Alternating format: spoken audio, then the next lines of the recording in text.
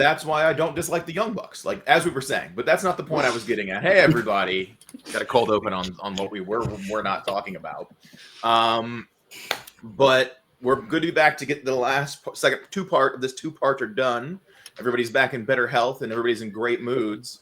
So let's go a quick round of who we are and where we're from, and then we'll do a recap, and then we'll get right into a basement. Nothing ever goes wrong in a basement. It's just gonna be wine and everything will be fine. But we'll start with I'll pass the mic to Ruiz and then we can start there. Yeah, basements are always cool, especially in the world of darkness. Hi, I'm Ruiz. They she pronouns. From parts unknown. If we're kind of like intros. Bohemian Blues on socials. Excited to be here as everyone's favorite gun-toting bodega owner, Rosario. All right, who you want to pass the mic to? Let's kick it to Javante. Hello, ladies and gentlemen, boys and girls, non-binary findies, and hellions of all walks of life. My name is Javante, over on Twitter at Javante. Really happy to be back playing as Benjamin.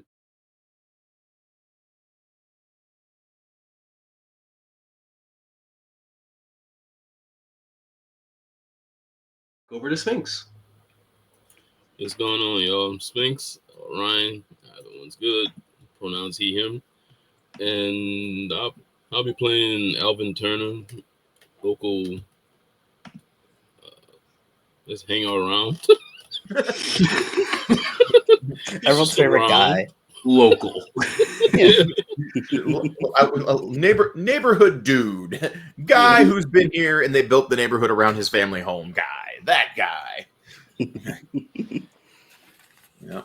And I'm Paul. I'm Unapologetically Black, and I'm your storyteller this evening. And I am, of course, from where every wrestler is. I'm from Minnesota. No, I'm kidding.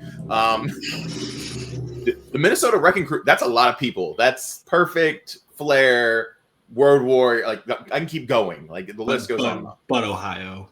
It's mostly Ohio. There's a lot of other. We're recording our wrestling podcast immediately after this. Yes. Yeah, for no reason. For no reason. I mean, yeah. Just but fun. Yes, no. Apparently, it turns out we're all wrestling fans, and we should have just run a worldwide wrestling game for Black History Month, where we could have all black and brown champions as opposed to the minuscule number of them. We won't get into the fact of somebody else like that. I mean. Apparently I've been told it's International GM Day, but like that, I just was informed about that. But I have no masters, so I can't appreciate this day. I'm very I run the jewels on that one. Like I'm just saying. But no, so you're going to appreciate that. Also, as always, plug the Patreon. If you want to support us, go to Patreon. Or if you want to support us one time, go to Ko-fi. It's all there. It's actually in the Twitch commands even. But if I want to give a quick recap so we can get into the murky dimness, right? Because we're not actually going to be completely dark. We're just going to be murkily dim, right? That's the whole point of this thing. No amounts of horror, just a slight little bit. Yeah, just a small amount. A smack roll of horror. A pinch. All right. A pinch. Maybe even a minch. A little bit of horror. All right.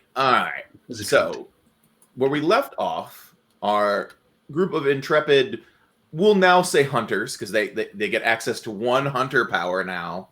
At the very end of the last game, they got one power, which is probably going to be super useful, but it's a moral... It's not moral support. As I turn around awful to my back to the camera to pick up the book, that it is, yes, it is moral support. Aha! I did name it correctly. But yes, the moral support technique, tactic, thing that will possibly save all their lives. I don't know. It could go horribly wrong. But they stand at the precipice. They have done the investigation. They found this cellar that isn't supposed to be here. The transient population has recently gone missing in the neighborhood. There was a break-in at the bodega where one of the transients showed up. Things happened. There was a winding down block party. Everybody got all their stuff together. Some people got guns and stuff. They might be packing heat and firearms. Some people have not kniffs, or maybe even a knifey spoony. We can see a knifey spoony reference for those that love that. And we're about to cross the threshold into the darkness with some flashlights. They did pack flashlights. This was abundantly clear at the end of the last game. They did say they were bringing lanterns of some sort, but I believe it is actually flashlights. Because we're not in the UK, so we don't call lanterns. We call flashlights here, not lanterns like they do. That's a whole other conversation. We call them torches. Oh, it is torches. You're right, not lanterns. Torches. I'm already messing things up. Look at me go. This is going to go great tonight. But yeah, it's called torches. They've replaced the thing that burns fire with the thing that creates light, which makes sense, I guess. I don't know. But I feel we can kick off the game covering moral support, because I feel you might want to psych yourselves up before you step across the threshold to this possible impending doom situation. There's no doom down here, right? Zero doom. It's a basement. It's a cellar. It's a cellar door that it's not supposed to be there. So there might be alcohol. There might be a basement. There might be a whole lot of things. You know how much we wanted one of those.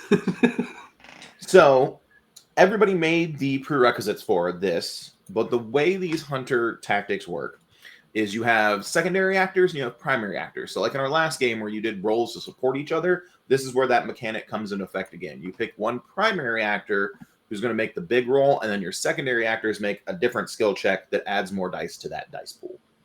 The primary actor is going to roll manipulation or presence plus empathy. The secondary actors roll wits plus expression. So you might want to pick the person who has figure out what those best combinations are amongst yourselves and figure out who's going to be the primary and who are going to be your secondaries. I'm a secondary. I cannot and should not do the primary role. I have across all three of those. There you go. I will play secondary to you then. So it is. This makes sense thematically. Yeah, the guy who's been here the longest. Yeah. So, what is your presence plus empathy then, good sir? Presence plus empathy. Mm-hmm. 6. Or your manipulation plus empathy, whichever one's higher. Yeah, be presence and empathy will be 6. Nice. All right. So put that aside. Don't roll yet. My secondaries, what do we have for 2 wits plus expression rolls? So don't roll yet for me, Ryan. You're going to roll here in just a moment because you're hopefully adding some extra dice. I'm just selecting my dice. Sounds good. I heard rolling. I just assumed everything had gone haywire already. First roll and it's already gone rogue. This is like a shockwave taking over the Decepticons. Who knows what's happening? I have 3 dice total for that. You have 3 dice plus wits plus expression? Wits plus expression. Just wits. I have no expression. So you have 2 dice because you subtract 1 for not having any expression. Oh, that's right. I do have 3 dice. Skilled. All right, yeah. I get to reroll one of them though. There you go. So 3 successes out of that. All right. 2 successes. One of them's a 10. I'm gonna re-roll that. You're really good at being expressive when you're laughing. Yeah, 2 successes. So add 5 bonus dice to this roll. Okay.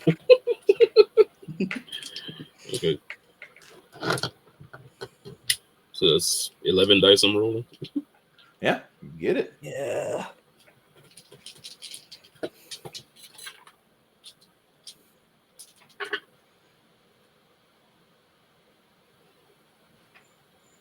Which ones are successes again?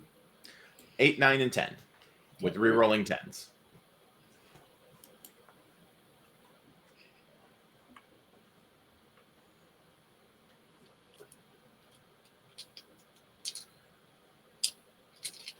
"22 successes on 11 dice. I doubled all." They're all 10. Yeah, I've rolled. I actually rolled all 10s 3 times because they all explode. So I I kept rolling them. I got 37 successes. I have seen like 14 or 15 successes on like less than that many die before. Ooh, It was terrifying. that's Oh, wild. that's 4 successes.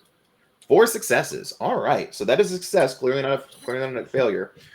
For the next scene, which is going to be us trotting through the basement, clearly dealing with all these things. I'm going to make that one scene, by the way. Successes in the primary actor's roles are added to the hunter's resistance traits for the purposes of countering mental and emotional supernatural attacks. For example, the primary actor rolls 3 successes. The vampire attempting to mind control somebody in the scene would usually... Basically, if I go, hey, this is a mind control or manipulating attack, you add 4 to the dice pool you would use to resist that. It is a giant buff to the number of dice you get to roll to resist possible mind control or manipulation effects like that. Oh, that's kind big. of important. That's What big, yeah. do you do to psych yourselves up? What do the 3 of you do to get together and whatever power huddle you're going to do? Ryan, how do you lead them in centering themselves? How does our guy who's been here since day one, our day one neighborhood mentor, get everybody psyched up to go down to this deep dark, not a dungeon, clearly not a dungeon? Yeah, I think as we go down to the dark, he turns to everybody and goes, "Okay, let's not do some white shit in here. Let's go down here." Yeah. Let's not Just do to some try final to- girl white person shit down here. Just to try to lighten the mood a bit. Mm-hmm. But yeah, just before this, I think he would have finished explaining what happened to who was it? Larry. Larry. I think as they were coming in, he would have finished explaining what happened to Larry. Yeah. And then finished with an attempt at humor. Fair enough. All right. So we start heading down into this cellar. I assume we use our flashlights, or for those people in the Crown Countries, torches, apparently, because I can't get that right. It's gonna be my running gag on myself for the entire episode. What type? Are we talking like the big old school flashlight with like the giant industrial battery on the bottom, or what do we got here? Yeah, Oh. I think he has. I think Alvin has one of the big flashlights, just from like his brother's toolbox. Okay. So one big old like packs what would almost be a car battery as flashlight. You got the same size as everybody else. We got some smaller flashlights, like the plastic ones they used to put out. I definitely have one of the little like plastic twist the knob to turn it on lights. Okay. Yeah, I think that's what we had at the store, like on hand. So I just like ripped open the packaging, pulled one of those. Put the D batteries in it, and good to go. That's what we're doing. Yeah. Doing the best of our ability. Sounds great. Yeah.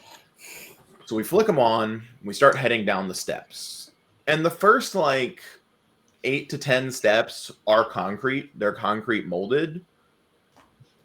But you get further down, and it goes down more steps than you thought it would. And it kind of like comes to a point and it turns. And when it turns, you go from like that concrete molding to like dirt steps. So you're no longer in like what would be considered a full-blown finished area, if that makes sense. So you start heading down these dirt steps, and they go down probably another 20 steps or so, and you realize you're probably 25 feet underground at this point in time. And at that point in time, it kind of layers out. It levels out. For Alvin, the rumors about him being in Vietnam may or may not be true. If he was there, this is not a Viet Cong dugout, but this is a dugout. This is somebody has dug a tunnel, and it is bigger than what you would expect. Like, this is a bit out of place. You're 25 feet underground, and there's now a tunnel dug here. And it's not like I'm gonna crawl through things tunnel. It's a tunnel. Like, it is you can stand up to your full height. You might be able to get your hands completely out, but it's 5 feet across-ish. Like, it's a tunnel. You're just you're in that kind of situation. Are we directly under the community center at this point, or do we like go out and away from it? It seems to lead away from the community center. Yeah, he's just trying to get an idea of what direction we're heading in, like keep a mental map of the above, like. Mm-hmm. Right now, it seems to be heading a little bit away from the community center and moving a little further out type situation. So it's a little weird, but it's like definitely out of place, like not something you would expect. Okay.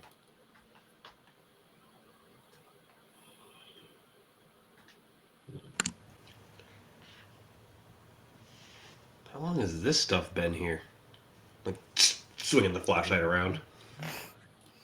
It doesn't look new. Like this is not like something that is new or been done in the last 4 or 5 years or anything near that. Like the ground beneath you looks well worn, probably well traveled even. And it is like it is dirt, but it is packed dirt. Like everything has been packed. Everything, the way this tunnel's been dug out. If you want to give me, you can give me an investigation check, or if you have a science that would be appropriate for this, that's also valid. Let me see. I do not have a science that's appropriate for this, so I'll just give an investigation. Sounds good. Let me know how many successes you get, and I'll let you know how much information you get. I'm going to assume for the investigation check, we're going to use my intelligence. Sure, because you're examining it. You're not making like a spot decision roll. You're kind of examining it. With 1 success. You know it's been here a while. You know it's packed in, and you know it's pretty stable. That's what you've determined about the tunnel.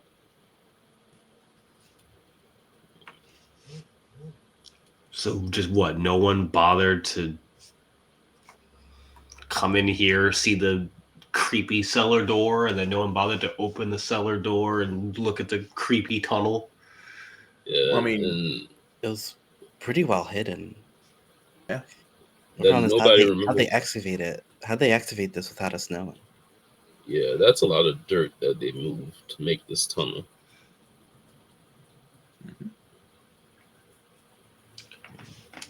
I'm just gonna take another step back. Like I'm just gonna have those of you with a gun go in front of me, if that's all good. Those of you with the gun, or the one with the gun? The one with the gun. All right. Yeah, I- I'm Yeah. standing.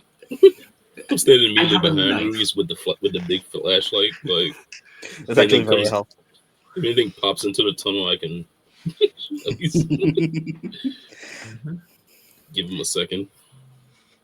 Yeah. She'll start walking. She'll start walking in front. It's still the rifle is still slung over her shoulder, but she's she's still looking around, taking everything. She's still ready. still ready, just to being very perceptive. You trying to move stealthily, or you just walking at a pace? I think Rosario would be on instinct, just walking at a pace, unless someone says "Hey, slow down." Yeah, not a problem. You're out in front, so you guys let Rosario get a few steps ahead, or are you guys right on top of Rosario? So like it's not a matter of like a few steps ahead. You guys are all kind of bunched together. How do you space yourself out? I'm standing kind of like right up behind. Okay. I'll probably be further back. Sounds good. Then the two in front, you can give me a wits investigation check to see what you hear. Cool.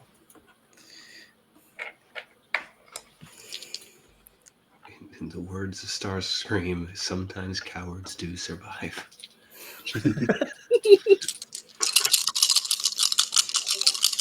I mean, until Galvatron shows up, then it's all over. That's 1 success for me. Okay. 2 for me. So with 1 success, you both kind of hear some water, and you can kind of deduce that it's not like pipes; it's like natural water. Like there might be like natural water in cavern situations semi nearby. And then with the 2 successes, you can hear kind of a scraping motion coming from a little further ahead.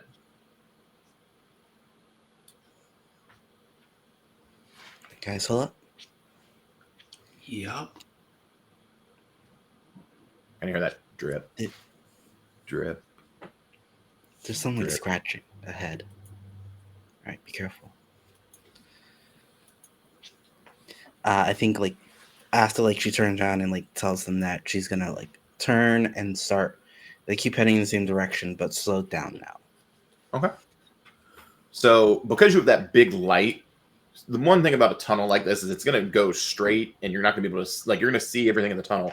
But once that light hits something that's going to make the tunnel deviate, you can tell there's something off to the right-hand side, probably 20 or so more feet further up ahead. And you can tell that sounds like where the scraping is coming from.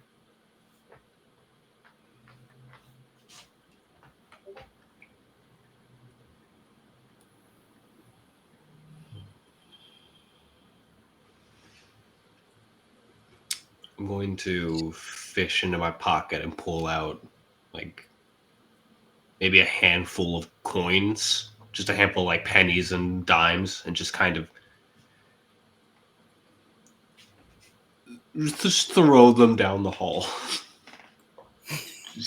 A lot of change comes from behind you and tinks upon the floor. I wanted to see if that makes the sound stop. Like, if something is visible, like, if I can hear something visibly, like, notice that noise.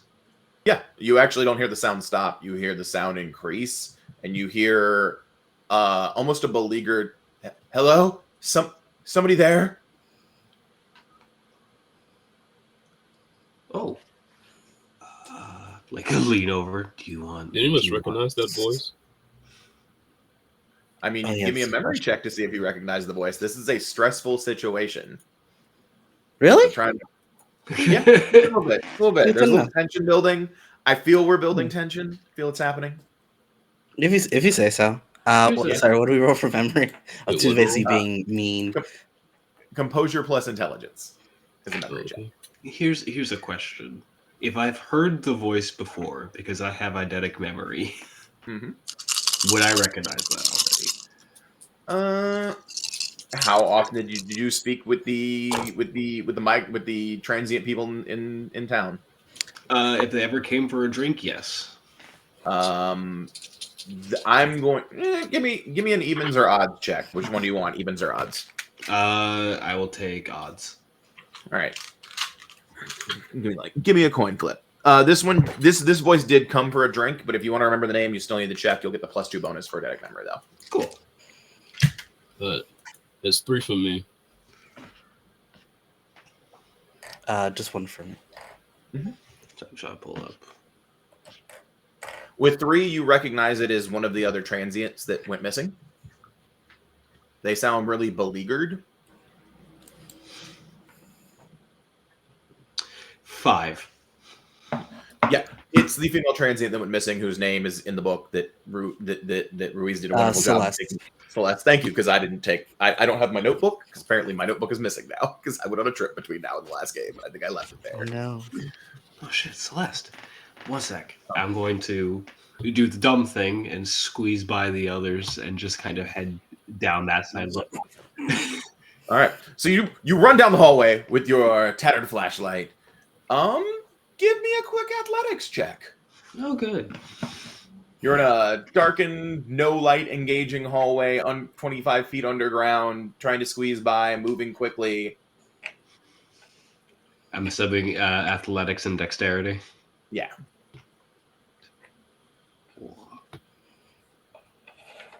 A success. You do not stumble and fall as your foot hits the lip of the room that you are entering. It's that moment of this is not even flooring. You can't really see what's happening, and you're trying to move fast in a confined space. So it's one of those cases of like you might have almost face planted if you had gotten no successes into the room that you were in. But it's not like a booby trap. As you wave your flashlight kind of around, you'll see what is best described as a cell. It's got sets of chains along the walls. So basically there's the area you came in, the room opens out to about a 10-foot by 10-foot cell.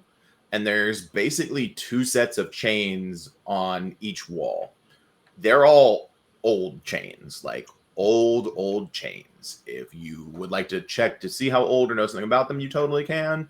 But they're old chains. the two on the left-hand side of the wall are occupied by the two transient individuals that were passing through town. They both look very not as well fed. Again, not well fed, a bit emaciated. They don't look to be in great shape. Oh, what the fuck? So Larry's back in one of these. No, there were 3 total. Oh, okay, yeah, I missed it. Okay. The other 2 are in the cell currently. Okay.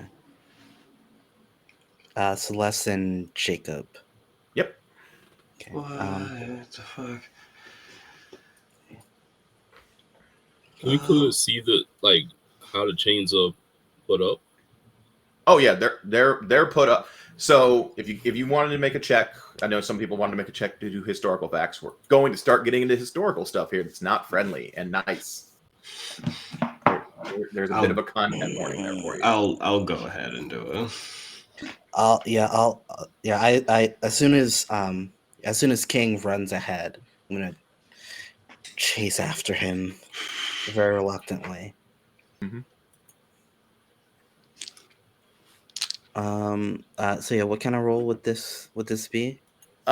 Intelligence and academics, actually. Ooh, okay, I'm good at that. You get to use I'm using an academic score for once. There's nothing to do with civil rights, right? Cruel and unusual punishment. I'll go ahead and give you your civil rights bonus. Yes. I got 3 successes off of that. 1 extra die. I'm being hot on the 10 rolls. Yeah, that's what I want to hear. I want to hear that now, not when you're rolling damage against my bad guy. That's what I love to hear. I have a knife and brass knuckles. I ain't doing nothing. But yeah, 3 successes. I only have Mhm. 1. One? Just 1 as well. Yeah. For those of you with 1, they're old. They're old chains. They're probably whatever. For you with 3 successes, this is some old school plantation slavery style setup. Like this would be somebody at boarding slaves that are being rebellious. Like these are old chains. They're old setups like that. They're set up like that.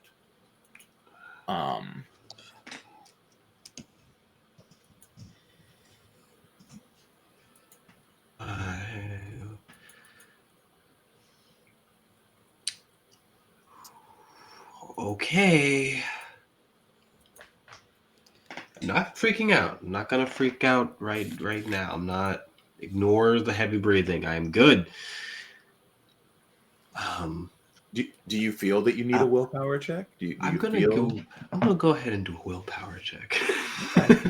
Because that's feel like you're This grip on feels reality. appropriate. Make sure your grip on reality's going well. Yeah. Okay.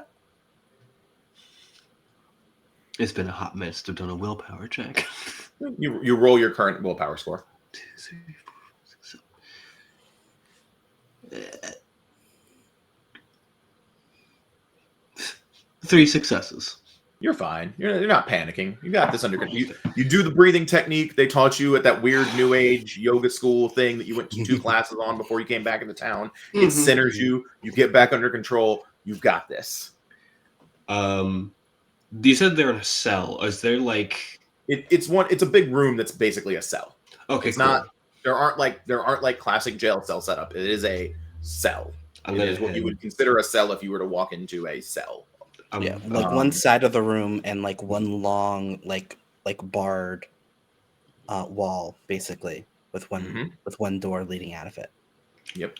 I head to Celeste first. I'm assuming that she is chained by the wrist or ankle. Okay. She is chained by the wrist, up on the wall, like that setup. Kind of being stretched a little bit. But she's also lost weight. She's noticeably lost weight. Oh fuck. All right, let's figure out a way to get you out of that. So as a side note, Celeste is looking not at you, but at the opposite wall where there's what appears to be to you an empty set of chains as well. Her eyes have not, her eyes kind of saw you as you walked past her field of vision, but she is staring intently over there. So,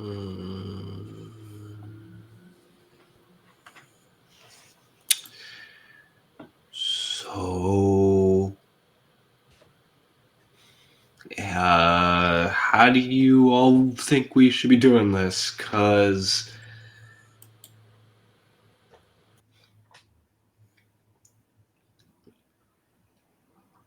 listen, I'm not the most intelligent of people.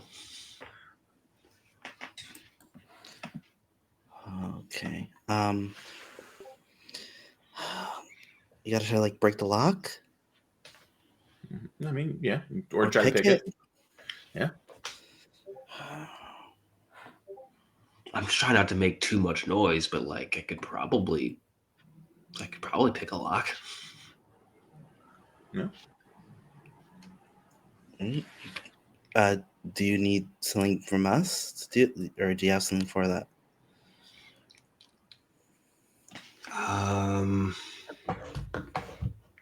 Just kind of like, okay, before I do something stupid, I'm gonna look to see where she's looking. Mm-hmm. And okay, I would ask you to do me a solid here. Could you just watch her? And I'm gonna see what she's looking at, and I'm going to head over to where the chains are. Yeah. So where she's looking is effectively across the wall where there's another set of chains set up. You don't see anything there, and she starts to mutter as you're as you're standing next to her about don't get too close to him. He's not gonna.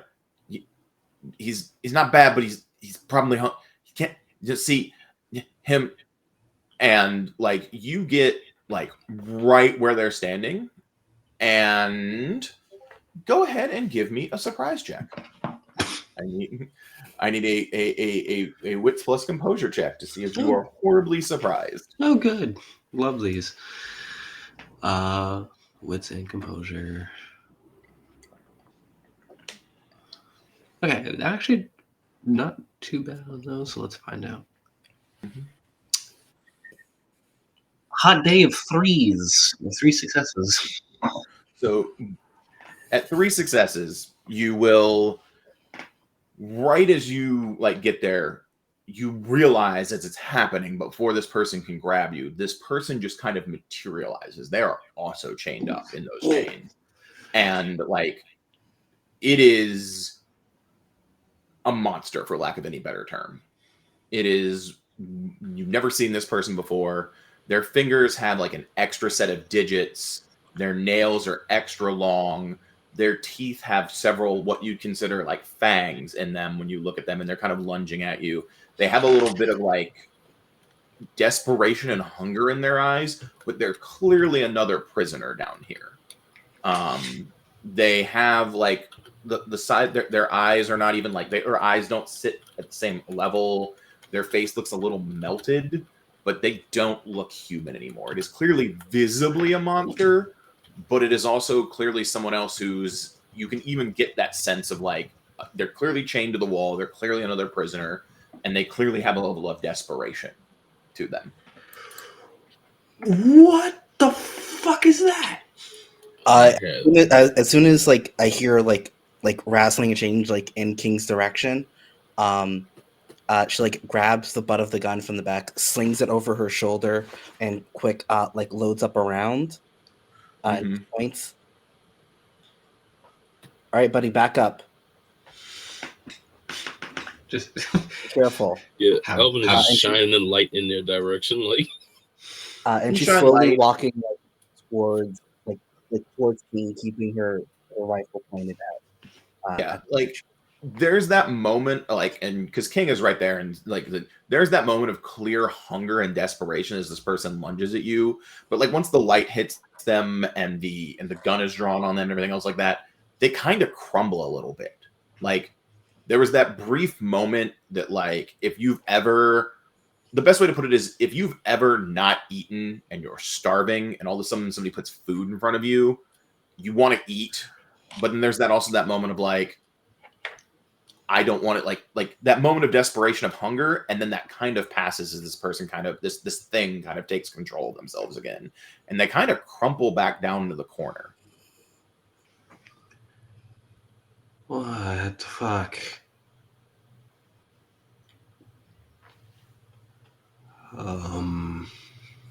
Did they have the same looking eyes as Larry that night when he came into the bodega? It does not. Larry looks like the other two transients. They look emaciated and not well fed. This does not look the same as Larry. Like, I mean, as far as the look in their eyes, like desperation. You could make the argument this is very similar desperation. Mm-hmm. This is more of a hunger desperation. You've seen people go hungry before. This is somebody who's starving for something, clearly. Charles going to, as she like gets closer, like still keeping the gun pointed, with her other hand is gonna push King behind her. Mm-hmm. And is just gonna like still with the gun pointed, kneel down, the barrel slightly lowered, Mm-hmm. but just slightly. She says, "Jacob." Jacob's on the wall with what's her face. They're both over there. Jacob seems emaciated and not conscious. This is somebody. Yeah, I think she's like looks over and sees. She's like trying to do like a little head count. Like, yeah, Jacob, you have a new person you've Celeste. never seen before, or a new thing you've never seen before. They're like, are their clothes similar to like what the other two are wearing? Or like what we picked up Larry in last night? It is. Their clothes are way more closer to rags, whereas in those two are wearing. So they've been down here way longer. Like, yeah, where those two are wearing modern clothing, like, and like they're looking at. This is somebody who's in rags, or something, somebody, some creature in rags, and they really do slink back and just kind of get very, very small in the corner, at like in their like little area, kind of put their head down, and they're just like, I'm sorry, I'm so hungry, so hungry. Two questions. One, would I be able to get to Celeste without being directly in front of this other person? Oh yeah, so they're on opposite walls. Okay. Celeste was looking across from her at another wall. If you wanted to start working on Celeste's chains, you can start trying to get Celeste and Jacob out of these chains. This is just another person, creature, being. It clearly has sentience and sapience now that you're engaging and has the ability to speak. But like, it's clearly another prisoner. Yeah, I think before I was trying to unwork these chains, I think he's gonna pull some type of like candy or some type of thing out of his pocket, like, yeah, you keep hard candy on you. Yeah. Mm-hmm. Stuff like that. And he's gonna try to hand those to Celeste and Jacob. Like that, because that's all he has right now. I mean, you can feed them to Celeste and Jacob. They're kind of chained up on the wall right now. Like, you can definitely pop some the hands can't reach their mouth. Okay. Yeah, you can definitely pop some. But I mean, if they did like the thing where one hand is all the way up and the other hand is down, they could probably feed themselves. Like, it's that type of chain setup. Okay. They'll definitely pop some hard candy in their mouths. They're very hungry themselves. Just to give them something. Mm. King, do you think you can get him out? I can probably try. Watch your back. Are we going to do some larceny? Is that what we're going to try? I think we're going to try some larceny. We're going to try some larceny. Do you have a lock picking set, or are you just trying to screwdriver? I know you have a toolkit, like you have a toolbox worth of tools, of legitimate like tools, because Alvin grabbed that. Yeah. But I don't know if you're trying with like a screwdriver or if you're like, I actually have a lockpick set. Oh no, I would probably just have like a screwdriver. Then you can get a +1 for having a screwdriver. Cool. And I'm assuming this is going to use my dex. Unless you're going to try to like use the screwdriver to like break it at the right point. You can either try to do that type of thing, or you can try to pick it. I mean, at that point, I would just have used the brass knuckles as opposed to the screwdriver. but I mean, that would be like trying to punch your way through something. If you were using the screwdriver as like a fulcrum to like bend or shape the metal, that would still be a larceny check because you're using your knowledge of the lock to work against itself rather than just trying to break the chains. Here's the thing. I don't think that King is a larcenist, but he just knows, like, listen, I've seen enough action movies to know if you punch something hard enough, it breaks. Which is why I have the knuckles. Sure. So he'll probably just actually try to go for breaking the thing as opposed to trying to lockpick it out. All right. Sounds good.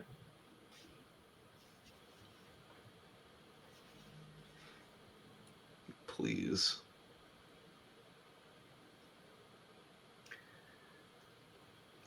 A success. So this is going to be an extended thing because there's a success threshold for this. But you hit it, and the first thing you all realize the moment you haul off and brass knuckle hit, you hit the lock, you hit the metal like hits the wall and it reverberates. It is legitimately louder than you thought it was going to be because you're in a small room and you're smashing metal against metal at this point in time. So you hear that kind of like ka-changy metal noise.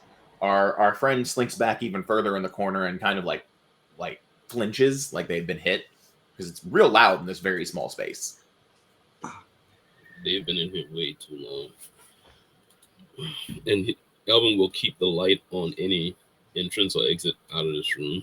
There is one entrance and one exit out of this room. Okay. I'm gonna do it again. Sure. Yeah, I can. Yeah. I don't know if there's anything I can do to help. I shouldn't shoot it in case of a ricochet. Yeah, you're in a small room. Probably not the best idea to shoot it. Yeah, no. This is not an action movie. Bullets ricochet, and they're very dangerous in the small spaces. Yeah. Okay, before I haul off and do it again, because it is a success, I'm going to just... Is there anyone else down here?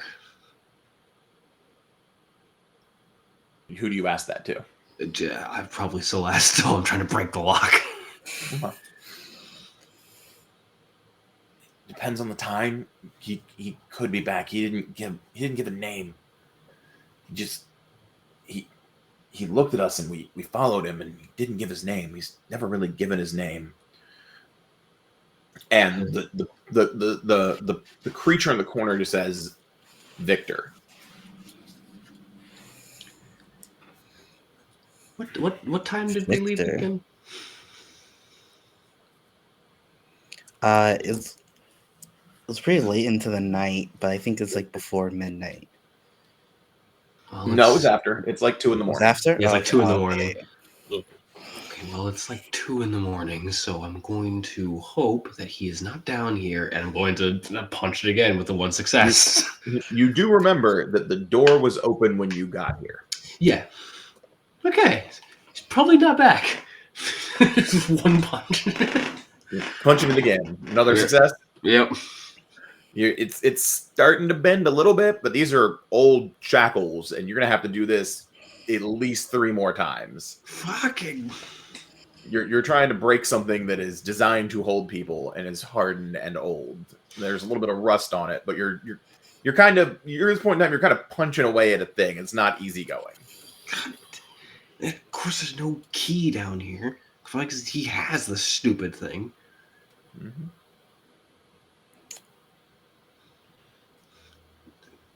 So when we came down here, we just followed the tunnel. Correct. Like, there's no we didn't encounter any other path. Correct. There is more tunnel There's still more tunnel that keeps going. Yeah. You guys went to a room off to the right of the tunnel right now. So basically, there was a room, and like this is the first room you kind of come to on your right.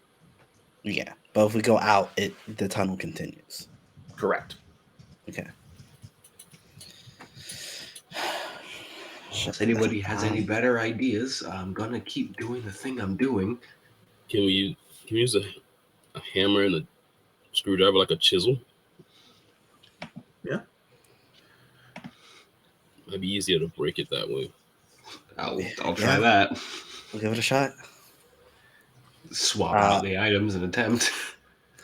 So as you guys are I'll taking- hold are- the screwdriver. Oh, And so just- is anybody paying attention to the person that appeared, or is everybody turned their back again all of a sudden? Oh, my back wanna isn't roll. turned. I'm keeping the light on the entrance and that guy. Legit. You want to make sure. As you all are kind of fumbling through the tools, you kind of get the, if you feed me, I can free them and myself. But I need blood. Did he just say blood? That's what I heard. Oh. Starting to think this may have been a mistake to come down here. Yeah. You said blood? Yes. Yes, blood. Am I the only one thinking what I'm thinking right now? No, I think she tries going to walk over. Takes her like takes at least one side of her like sturdy jacket off. Pulls puts the rifle away. Pulls out the pistol. And says, "If you try to kill me or hurt my friends, I will shoot you in the head." That Just seems fair. before you do anything, because I should not be the one saying before you do anything rash. I rushed into this room. He does not look like he's lying, right? Like, okay, I as a player know, but does he? Yeah. King is like immediately suspicious, which is give me the empathy check, because you you can dramatically fail a check like this, and that can change the whole outcome of what you think. Because that's the fun part about failures and successes in a game like this. Okay, empathy check. I'm going to ask, because I have a special for this with lies. Would that help? You're looking specifically to see if he is lying. Okay, cool.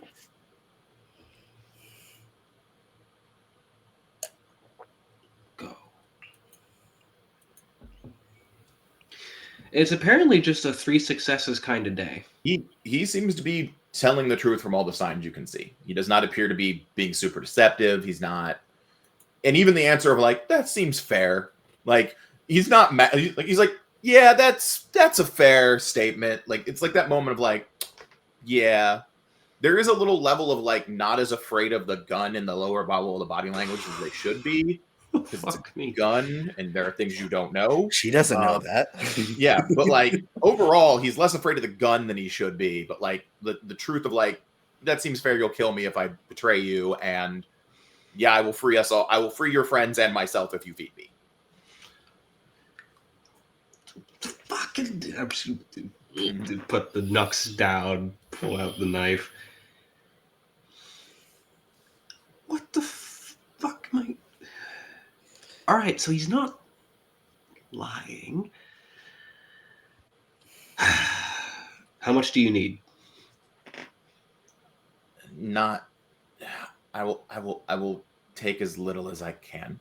Is basically what he says. Like. All right. How about we do this? King and Al. So one of you hold on to me. So it's harder for him to pull me further.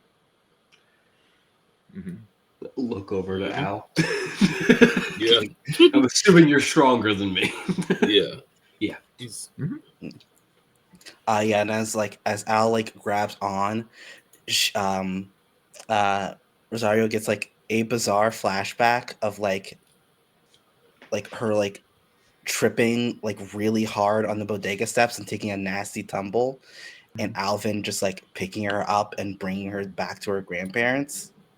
And the little like moment flashes by in her eyes, and with the gun pointed through the bars, she sticks her left arm out to him, assuming if this is what she thinks it is, because she has one dot in a cult, she watches a lot of movies.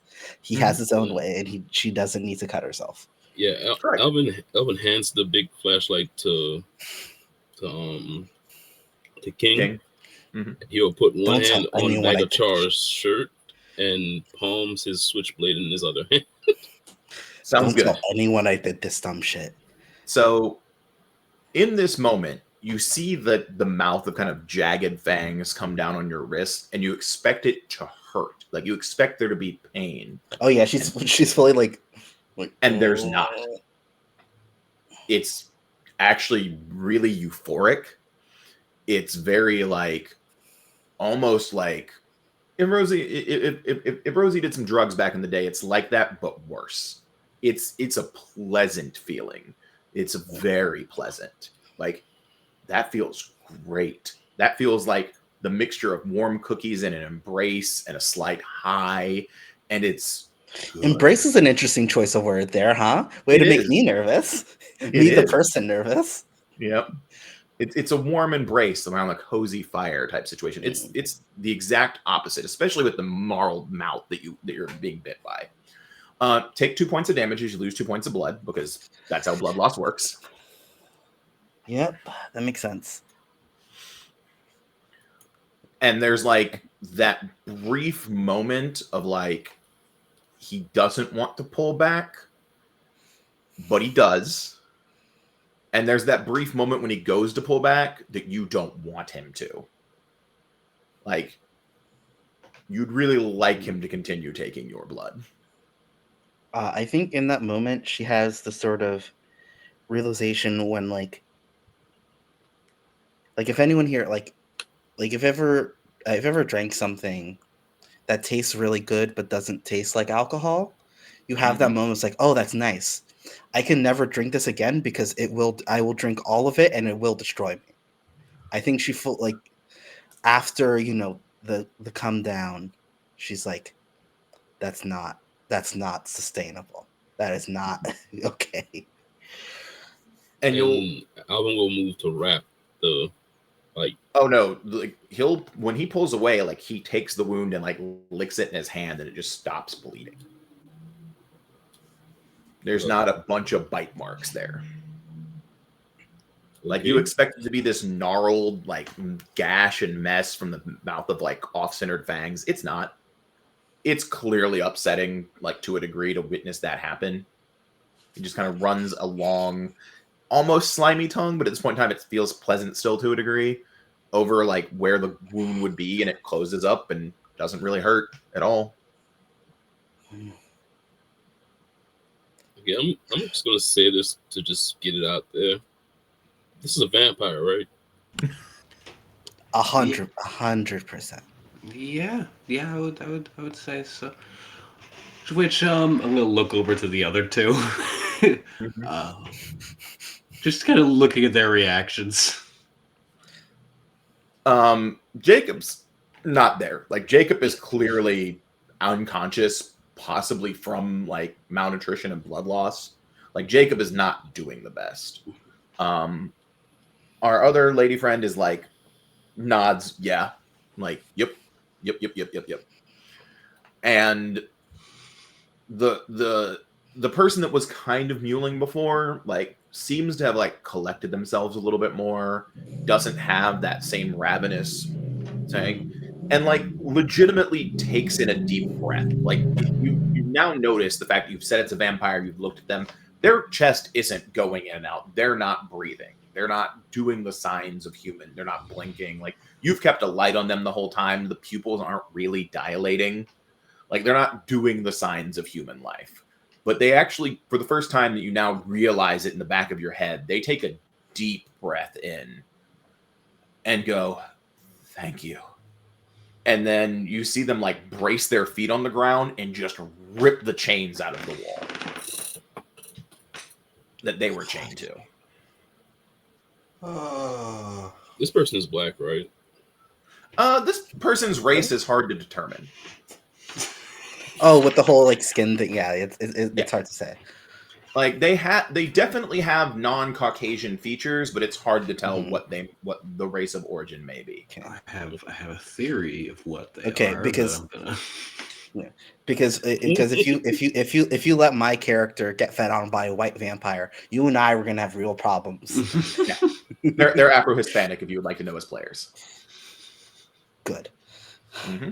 I have a theory. That's fine but- then. Mm-hmm. Nope. No, Okay. they are not a white vampire. There is a white vampire around though. We'll get to that in a bit. What, a name with a name like Victor? Yeah, no, that's clearly not a white guy, right? Yeah. Mm-hmm. They walk up to like the cell door, and again, same very similar feat of strength, and just kind of pry the metal open. And like you guys come to the realization, this person has been starved for a reason. They've been starved to be kept a prisoner On purpose. Yeah, on purpose. Holy shit! And they do exactly what they said they were going to do. They walk over and they like rip the chains out of the wall for the two migrants, and like, sorry, not migrants, transients. I know why migrants, because that's all over the news right now. So I apologize. So they rip the chains out of the wall for the two transients, and again, like, kind of steady themselves, and they go, "Thank you. A more proper introduction is in order. I am Jean Saint Laurent. I am. What year of the Lord is it, may I ask?" You've been out here a while, I'm sure. And he gives the year. He looks a little surprised, and then kind of recollects and goes, "How is Haiti doing?" Do you want the good or the bad? It's weirdly relevant right now, I know. Okay, It was a well, month ago. as soon as someone brings up the Caribbean, she's immediately way more comfortable. It's like, okay, this I don't know vampires, but I know this at least. Mhm. And I think like she keeps up to date, so she gives like a beat for like a pretty like quick breakdown of what's currently happening down there, Mhm. because this is something like she deeply cares about. Mhm. He nods a bit and nods a bit more, and kind of just like thanks you for the information. Lets you know that like you don't want to tell people, like basically gives a very brief primer on you don't want to tell people you interacted with him, because like when this all finds out and happens, bad things happen to good people. And like you very much get the impression that like whatever this person is about, they're not pro certain things. Like you quickly put together this guy. Like, actually, give me a quick academics check to get the history spec it applies. Does human rights count for this? I'll let it count for this again.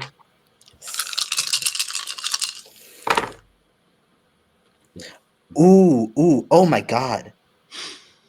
Okay, so that is 5 successes, 3 of them are 10s. Sure. I mean, it's a check. I'm not going to make you keep rolling because 8 or 9 successes isn't going to get you more information after 5. You quickly put together that he's probably a Haitian revolutionary. And by that, I mean from the original revolt. Not like he's a Haitian revolutionary of the modern era. Like you put together that he is a Haitian revolutionary. She's quickly doing the math and like... Yeah.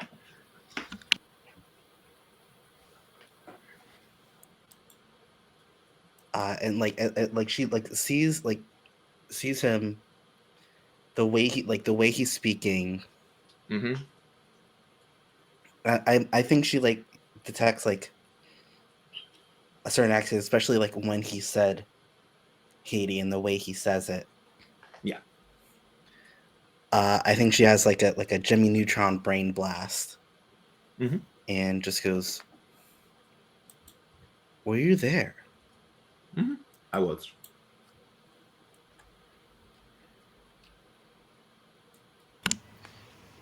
You fought with Toussaint. That seems to be a story for another time.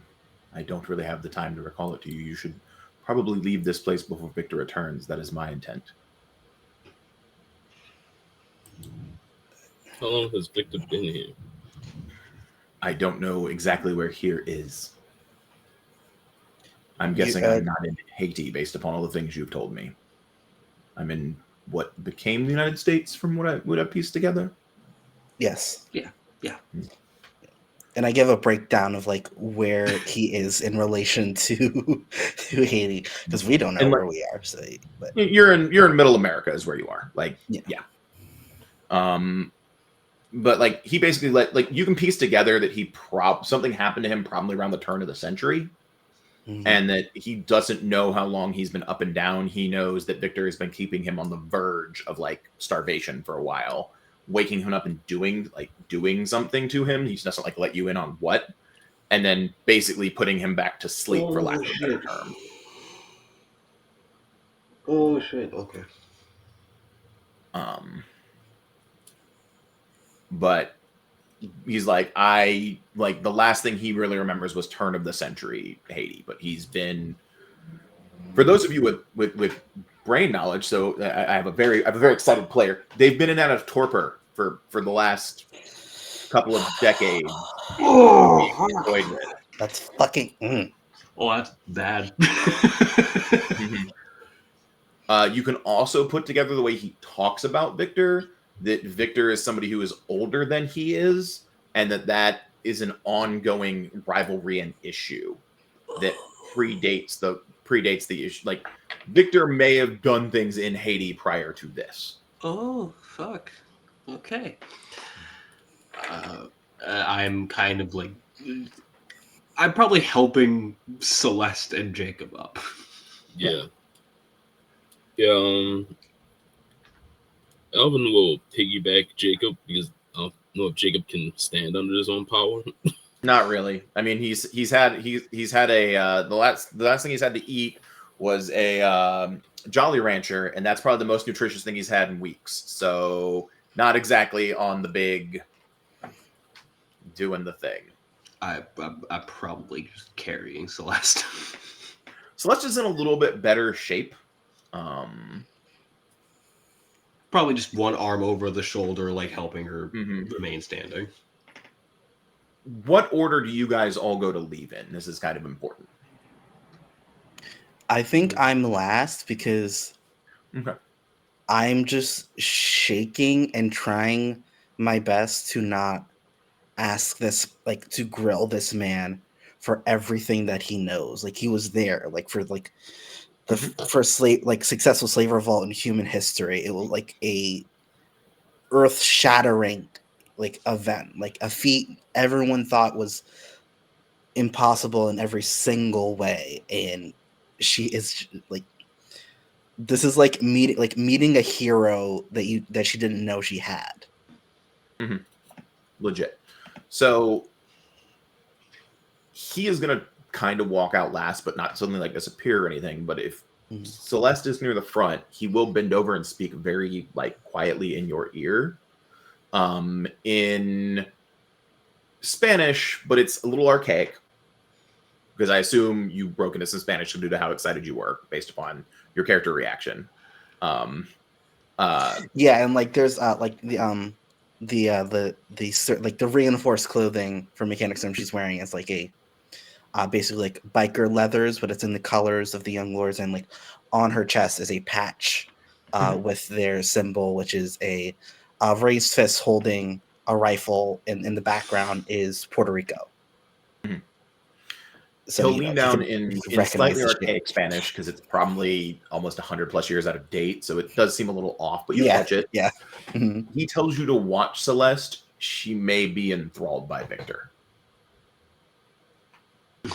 Okay. Oh shit. Thank you. But you all get to the steps. Jean is still standing there with you, and then goes, I should probably make myself less seen before I exit. I'm not exactly publicly acceptable. And you realize, like, he still has that, like, all those melted features and, like, the offset eyes. And, like, it's, like, you couldn't walk out in public like that. People would call you a monster. Yeah, I think because Alvin is still wearing his trench coat. He'll Mhm. hand it to him Mhm. as a thank you because all his clothes are torn. He's kind of wearing rags at this point in time. He'll thank you and put the coat on. But if you guys do the thing where you kind of like help people at the steps and you lose track and lose sight of him, he's just kind of gone. Much like you were there when he originally like you couldn't see him when you originally like did things. The moment like everybody's kind of loses in that field of vision, he kind of disappears. Yeah, outside of handing his coat to John, he's just been mostly quiet, just thinking about how long this person's been here and what they're likely to continue to do here. Mhm. That's what's on his mind right now as they're exiting. Okay. Like on this Victor person, I mean. Yeah, I hear you. Is the party still going? And do they still have food, or are we at that stage where everyone is just drinking? It's like 2, like let's see. So I'm gonna say it's getting close to 3:30 in the morning. So it is very much where there's food out, but nobody's making food. Like there's food available if you like if you want to grab things to feed people. Most people are drinking at this point in time. Yeah. Okay. If anyone wants to make a medicine check on Jacob, that might be a good thing now that you're out of a dark tunnel and like into the rest of the world. Yeah, Yeah, I only have one dot in that. I mean, you're making a check. While there's not necessarily treating the wound. Yeah. Okay. I'll get the 2 of them plates, but not a lot of food because it's bad to overfeed someone who is starving. Correct. Oh wait. Oh. Okay. All right. Just 2 successes. At 2 successes, Jacob is severely dehydrated. Jacob is malnutritious, and Jacob probably needs an IV more than he needs a plate of food. Like he needs pretty soon medical attention, or he's probably going to start shutting down in the next 48 hours or so. Whereas in Celeste, you can probably feed, and she'll recover at some point in time. Jacob is at that place where like you need to get him medical attention soon, or his body will start shutting down. The last person we brought to the hospital disappeared. Is there anybody we know in the neighborhood who could do this? That is what contacts and or allies is got you. If you have those, I believe some people do. Yes, I do. I have my cousin is a nurse. Yeah. Yep. You could see if your cousin can grab an IV bag and a place to put this person. That's probably safer than taking them to the hospital, especially after Larry disappeared. Yeah. They can lay up at my house, or you can lay up at his house and you need some IVs and some bags of stuff. Yeah, I'll Al, can I use your phone? Yeah. Yeah, I'm gonna run into his house and call Eliseo. Okay. And very very briskly and rudely remind him of the time that I got that DUI off his record before his job found out. I mean, this is the mid 80s, so that is nowhere near as effective as it is now.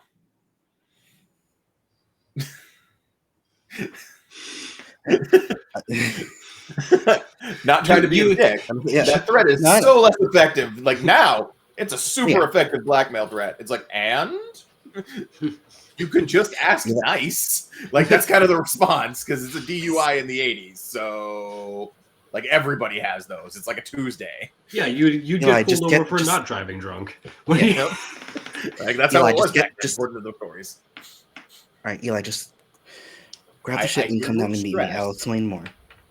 I hear you're stressed. What's the issue? How can I help? Let's not start with threats. You know how we are. Mm-hmm. Hey, Eli, I have someone here who is starved to the point of malnutrition. I don't think he can eat, and we can't take him to the hospital because something bad happened to the last person we brought there. I'll grab some things. Like, you get a very understanding, I'll grab some things. And that's, like, where you want to meet at. Like, the last where you want to meet at, I'll grab some things. Yeah, you already know. It's Al's house. At Al's house? Okay, I'll be there. I'll be there in a few hours. Okay. I can't leave shift, but I'll be there in a few hours. So, let's be clear. Jacob's not going to die in that time, but, like, you do want to keep an eye on him. Yeah. So, there is that. You do say you go in and grab a plate. Do you let other people know that who you're grabbing a plate for, or are you just saying No. you're getting yourself a plate? No, I'm just grabbing food. Grabbing food. I will need. So if you're grabbing food, that means the other two people are taking people back. I'll need a stealth check from both King and Alvin because they're basically trying to smuggle bodies to Alvin's house. That's what you're doing. You're smuggling bodies and hoping nobody at a party with drinking, but nobody at a party notices you two moving two bodies. Mm-hmm. So what's the check? Stealth. Dex plus stealth, or if you want to try to give me a plan, I'll use intelligence plus stealth. It's the same number of dice. Okay. 2 successes. 2 successes. 2 for me as well. Okay. It does not appear anybody in the gathering of the party has noticed you moving these bodies. Yeah, I think more to the point, Alvin really doesn't care. Like, if somebody starts getting nosy, like, move on. Like I'm trying Alvin to just help gives him the somebody look. I'm trying to we're help not somebody get talking the about hell this. out of my way. It's less so you don't see me and more so somebody looks, you don't see me. I'm invisible right now. So stealthy. Yeah. Like, it's not unusual for people to see Alvin carrying someone somewhere. That's fair. Alvin takes care of people, and I'm sure Alvin could have spun like, "Oh, they're drunk. I'm going to take them. They're going to sleep it off." Yada yada. Like, I'm sure that's definitely how Alvin could have spun. But nobody at the party seems to notice you guys moving these bodies. If we're taking them to Al's house, yeah. Yeah. As soon as we cross the threshold and the door is closed, just. All right, so vampires are fucking real. Yeah. Vampires are real, and they're old, and we met a Haitian revolutionary.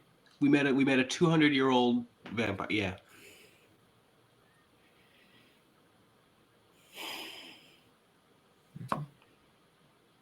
I mean, at least I fed someone who's down with the cause, you know? I'm more concerned with the one we didn't meet. Yeah, a little perturbed by that. Yeah. I'll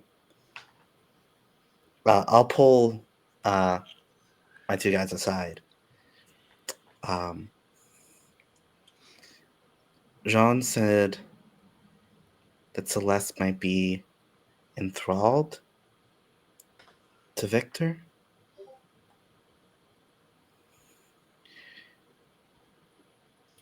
I don't know if they if there's like a telepathy thing going on, or if it's just she has to do what she just has to do what he says. But one way or another, he's probably going to figure out who we are. Oh, Dracula did that once in the movie. I guess that's the same thing. Yeah, I don't know. I don't know which movies are correct. That's all I have. We just talked to Haitian Count Orlok. Let's just go down the list.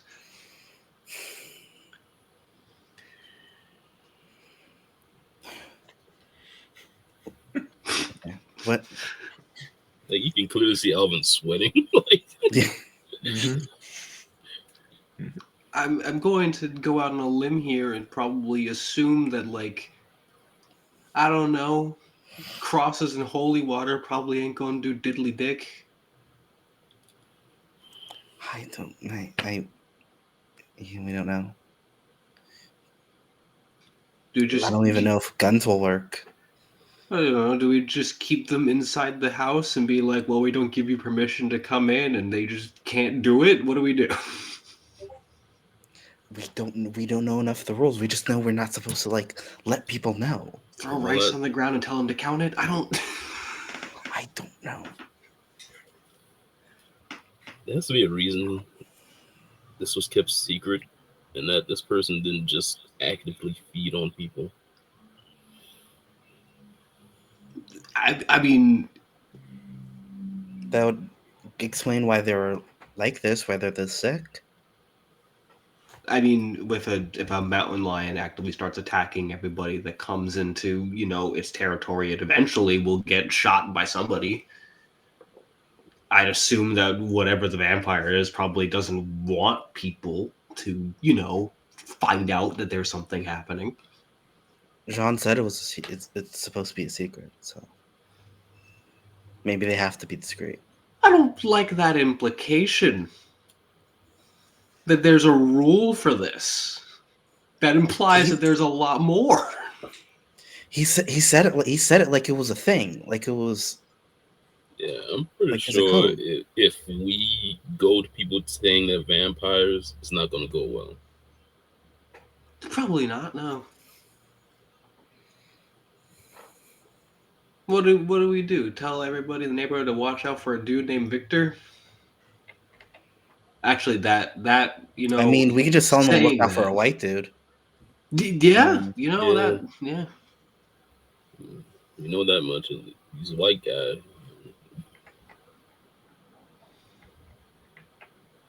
We should probably tell people to stay away from the community center. Yeah, we can do that at least. We can do that without drawing attention. Well, I mean, most people do anyway. How much did Freeman know about this? I don't think he knew. Because he's the one that's been keeping people out of that center. I don't think. I'm being honest here. Freeman doesn't know shit. I don't know. I don't know anything anymore, so I'm just getting conspiratorial. Conspiracy aside, Freeman's a. He'd have to be a smart man for that. He'd have to give a fuck for that. I mean, Martin's smart enough for it. Martin and the bodyguard. He seemed a little too quick to agree to my terms with no cops. It's true. I'm honestly more worried about Martin than Freeman. I mean, there's an easy way to find out.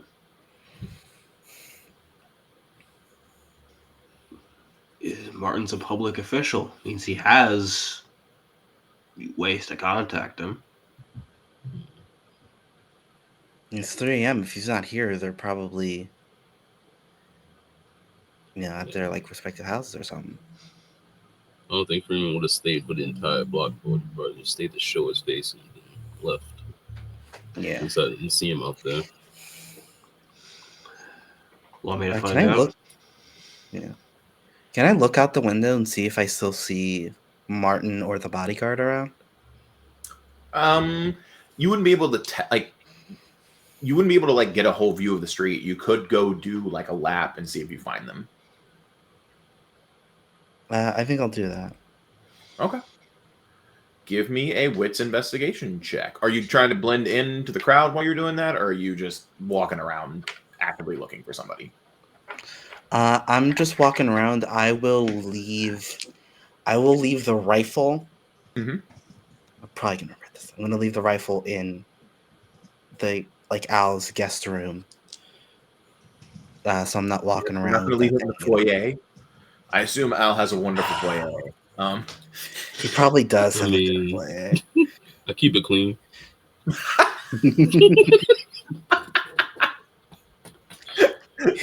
All right.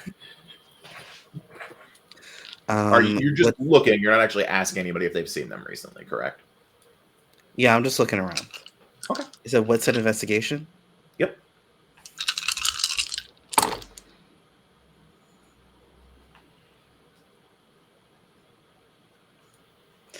Okay. Yeah. You have to declare a willpower before you roll, correct? Yes, you usually declare willpower before you roll because it adds 3 dice Okay. to the roll. All right. And it's 8 and above, correct? Correct. Successes? Okay. No successes. No successes. You 3 can't 7s. 3 7. You're like all the 7s. Those are not lucky. This is not Final Fantasy 7. But yes, no, you don't seem to find him. There's still a lot of people out doing things. It doesn't seem like at this late of night that they'd be there. Like it would be a little bit weird if they were still out here this late at night. It's going on 4 in the morning. There are people. I mean, this is going to go on and probably in the middle of the next day because that's how some of these parties go. But this is not where you're going to find the secretary for the local city council member. Like he's not going to be partying until 4 a.m. That's not his rep. That's not even like a thing people see him do. So that doesn't appear to be the situation. You got no successes, so I don't actually have any more information for you, unfortunately. Yeah, You do manage to. What's that? While Char is gone, he's just gonna make sure the shotgun that was left is as far away from Celeste as possible. Cool. Yeah, I think I unload it and then hand it to Alvin. Yeah, this is for me. Yeah, I guess Alvin's more likely to hit somebody with this gun than actually shoot it. That's why I unloaded it. Now it's a club. Yeah. That's what the back bit's for.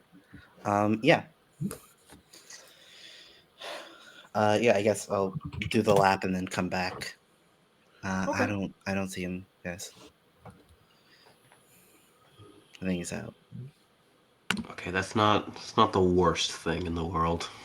As a question, how paranoid were people while she was gone? I don't think I've stopped being paranoid. Yeah, I assume then you're peeking out the window on the regular. Give me a witness investigation then. Yeah. Think I of don't think this. Alvin's so much looking out the windows, but he's definitely like thinking to himself. 1 success.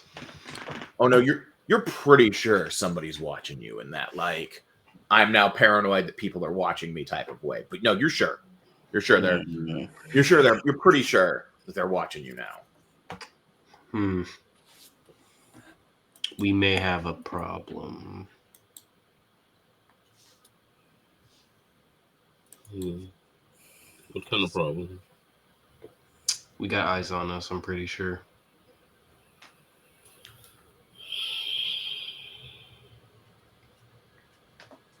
What kind of eyes?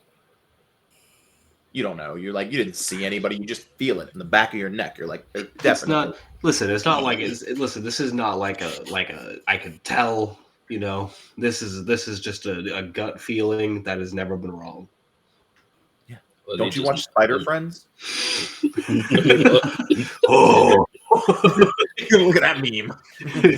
I mean, are they just nosy or something else?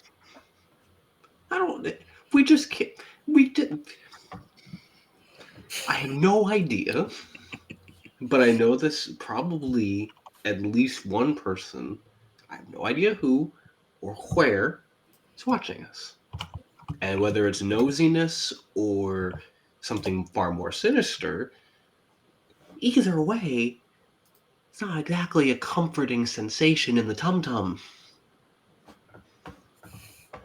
Yeah, Alvin's tempted to open the door and he's like, "Get the fuck away from my house." You could do that if you really want. Not your character. I'm not stopping you from doing anything. Yeah. Hey, Al. He won't, but I have a very important question to ask you. Yeah. How comfortable would you be with watching these two for like 45 seconds while I run to the bar and back? By yourself?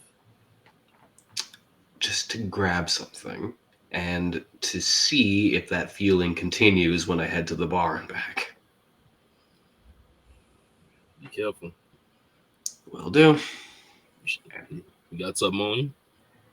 I have a knife and brass knuckles. It will literally take you more than 45 seconds to run to the bar. I'm just letting you know that. It will take me. It'll take a bit, but I should be good. Mm-hmm. Let's see if you're good. Give me an even or an odds. I like random rolls. Tell me which one you prefer. You know what? I like odds. Let's go. Oh, I rolled another one, so odds it is. All right, there you go. You're doing it to it. So you head to the bar, and this is kind of your time of night, though. This is like early in the morning, and people are kind of drinking at a block party. So like you have striking looks. Yeah. So there might be some suitors that kind of try to stop you on the way. You definitely know you're being watched now because you're an attractive individual walking through a block party after the drinking has begun, and this 5-minute jaunt has totally turned into a 10-minute jaunt because like either you have to beat people away, not full blown. I'm gonna try to sift through because like there's a way for you could tell like okay that's not a I'm being looked at in a pleasing way and there's an I'm being looked at. There's I'm being surveilled and I'm being ogled. You're mostly being ogled. Okay, But if you would like a roll to see if you're still being surveilled. Yes. And so you carrying Celeste got jealous.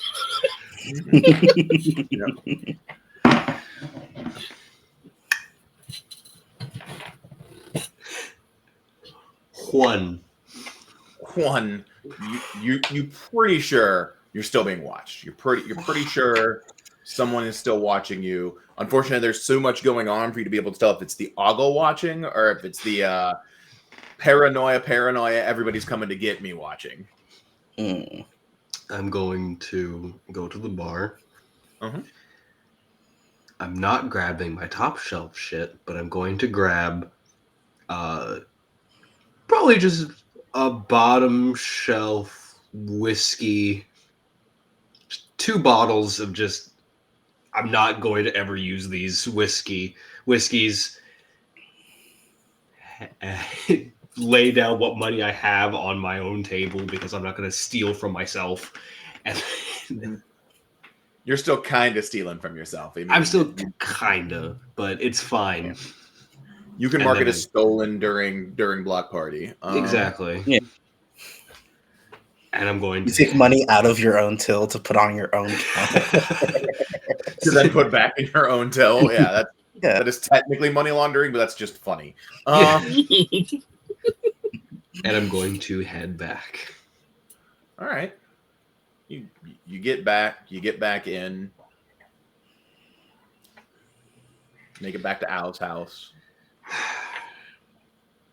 Every now and again, my good looks are a curse less than a blessing.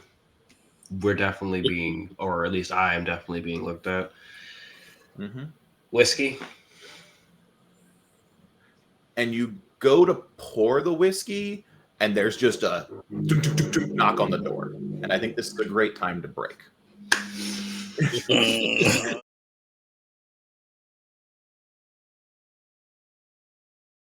Minute, so we can all get water and use the bathroom. And that's a cop ass knock. That's a cop ass way to knock. It is a cop ass way to knock. Time to say get the fuck from my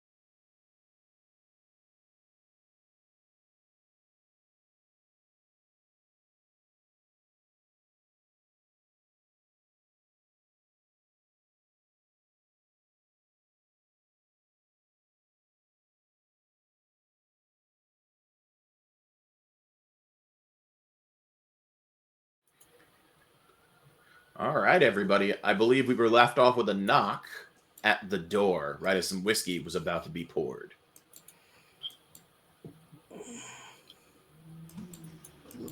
Al. Yeah, is that a knock I'd recognize? Sure. Legitimately give me a memory check. Like, it's hard to, like, you have so many people at your house. I'm going to require a memory check to recognize a knock at your door. That feels like a thing in the moment that you're like, you're either going to remember because you've heard this knock kind of the same way, or you haven't. Would that be? Composure intelligence. I'm happy I'm getting a lot of memory checks, in all honesty. It's a thing that people forget exists, and I like making people roll it.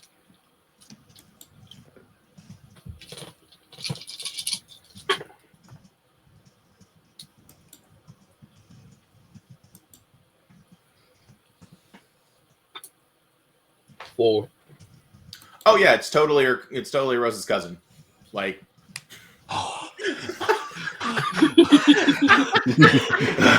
she fully racks back the slide the second he hears the knock. no, it's totally your cousin. You just see Alvin calmly walk to his door and open it without any caution whatsoever. Like, it's your cousin. It's your cousin at the door. Eli, Welcome to the jump scare. stop knocking like a fucking cop, all right? I don't knock like a cop. Yes, you do. You have the cop. I knock like I'm supposed to be here. It's just rude to kick in a door. I don't. That's how cops knock. You do okay. Do like two knocks, like two. Why are we on knock come on. etiquette all of a sudden? Like, legitimately. All right, come on. why are Here's we the on knock patient. etiquette? Like, comes over, gets. It's the been a stuff long set night. up. Yeah.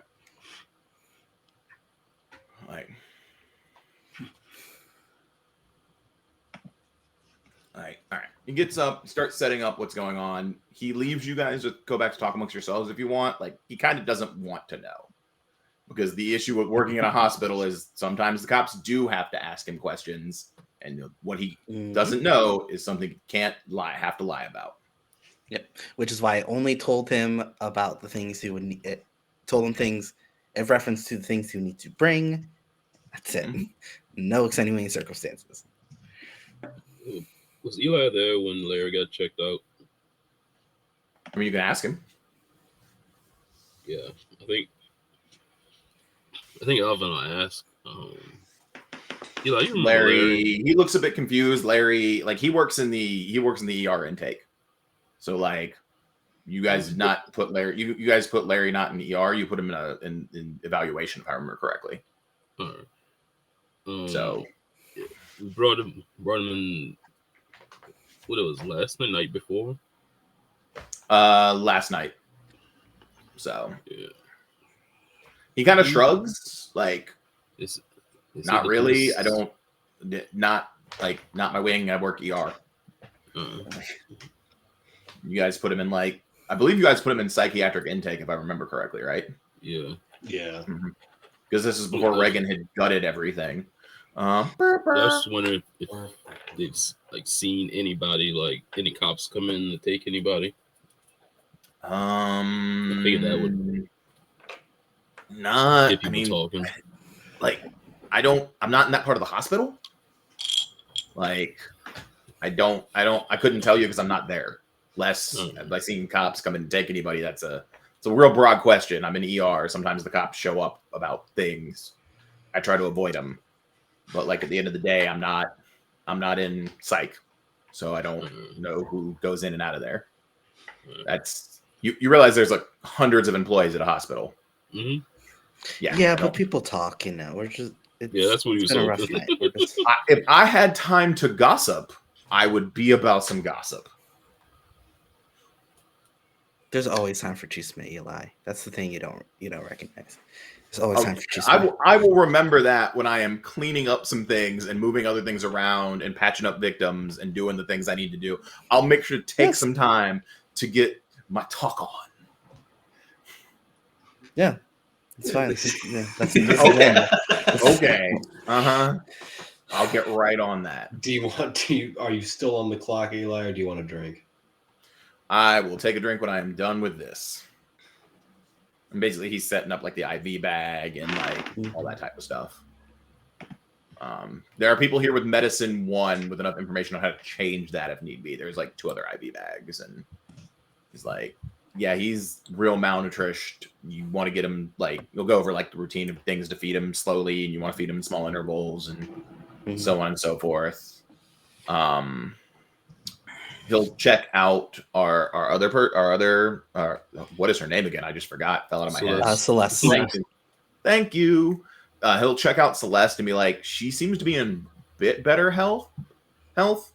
And he seems to be like, feed slowly, stay hydrated. You'll probably make a full recovery type situation real quick once over. And then he'll bounce. Like, he's only there for he'll take a shot of whiskey and kind of make a face like, I'm not very good. Appreciate you, Eli. You should get a plate before you go. I will. Yeah, I'll hit the place up. I still got food out there. Yep, sounds good. Appreciate you. Yep, not a problem. I'll head out. And you guys are once again kind of left alone. And that feeling of like something's like clearly things have changed and stuff is a bit weird, but like, yeah. And then once again, there's a knock at the door. Sounds almost identical to the last knock. This time Alvin will actually like peep through the door to see who's there. You know, what's up? People. He'll like peep through the window to see who's there. Like wherever, like they knocked on the door and they seem to like you go to move it and there doesn't seem to be anybody at the front door. Oh, are they doing that thing where they're standing super close to the door so like you can't see them from the angle of the window? It's too early for this shit. He'll actually grab Chara's gun, knowing it's unloaded. Do you want me to handle that? Yeah, it's more believable. All right. Okay. I keep offering to teach you. I'm just saying, sir. You know. I'll take you up on that one day, but tonight, and he'll maybe after this. He'll unlock the door and slowly open it. You see a white dude, about 5'6", real unassuming looking, kind of skinny. Just kind of standing there, patiently kind of waiting. Yeah. Alvin instantly palms his switchblade in his pocket. Mm-hmm. Not for a haircut, though. No. Well, not mine, anyway. I'm really glad. Like, I hope this doesn't I hope this does well, but I hope Fox News doesn't get a hold of this, so they don't have like a clip of like 4 black and brown people wincing when someone says a white man is at the door and immediately prepares weapons. Like, this is great. We literally just had a discussion about this like an hour ago about looking out for a white man in the neighborhood.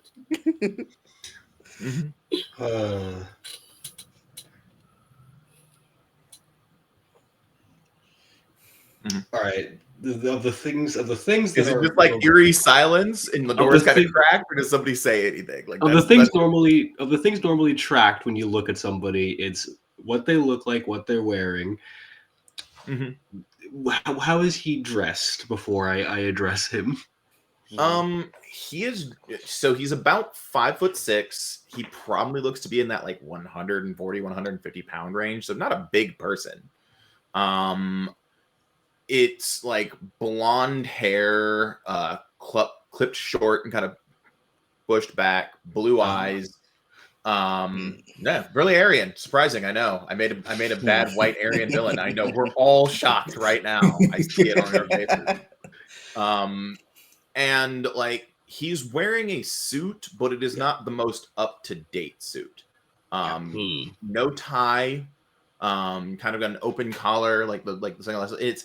And like as someone who's like, oh, I naturally keep up with fashion. This is somebody who's like not last season or the season before, but like it's like 5 years out of date, but it's not so far out of date that wearing it makes you stand out. A little that early makes in the morning for a vacuum salesman. Like, is that what you say? Yeah. This is true, but I'm not selling vacuums. What are you doing outside of my house?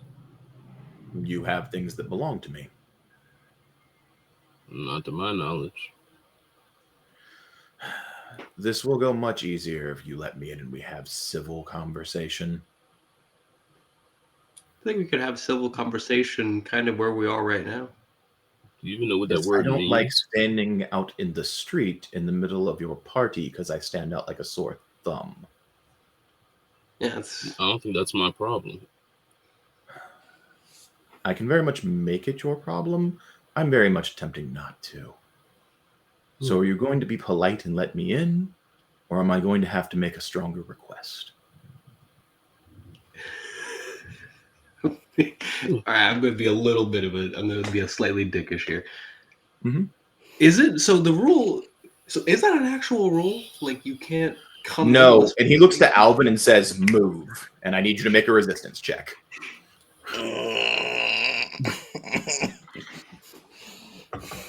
What am I rolling? Just your resolve, unfortunately. balls. Is resolved. Okay. Can I use the +4 from? That was a previous scene, unfortunately. We have very much transitioned to several hours later. Yeah, I didn't know that was just for that scene. Yep.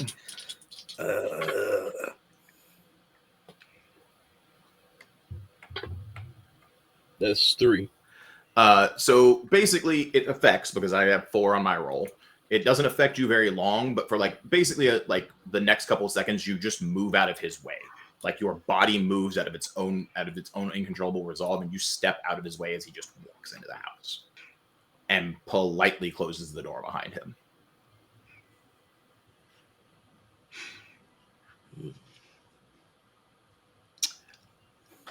I guess that answered my question from before. So, how can we help you?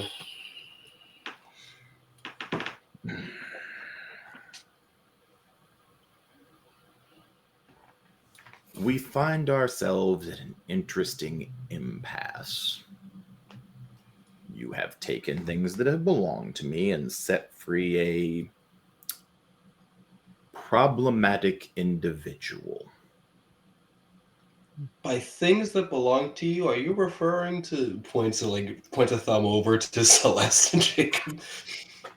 Yes. Okay, so don't know how long you've been out of the loop here, but around post-Civil War, we are categorized as people. Oh, you're discussing the Emancipation Proclamation. I'm referring to people that are not as high as I am on the food chain.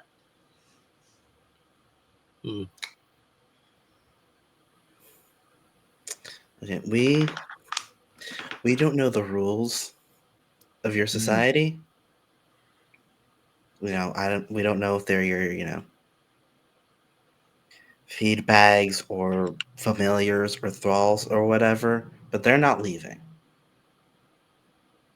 I mean, shouldn't that be for them to decide? And you can like clearly see, like, you said you look back and forth, Celeste. Jacob still out of it. Like, Jacob clearly cannot consent to anything. Jacob is unconscious. Given what happened at the door, I assume it's not their choice. I don't need to use my powers to ask them if they want to come with me or not. I'm sure if I didn't look at Celeste and ask Celeste if Celeste and Jacob wanted to join me, they would say yes willingly.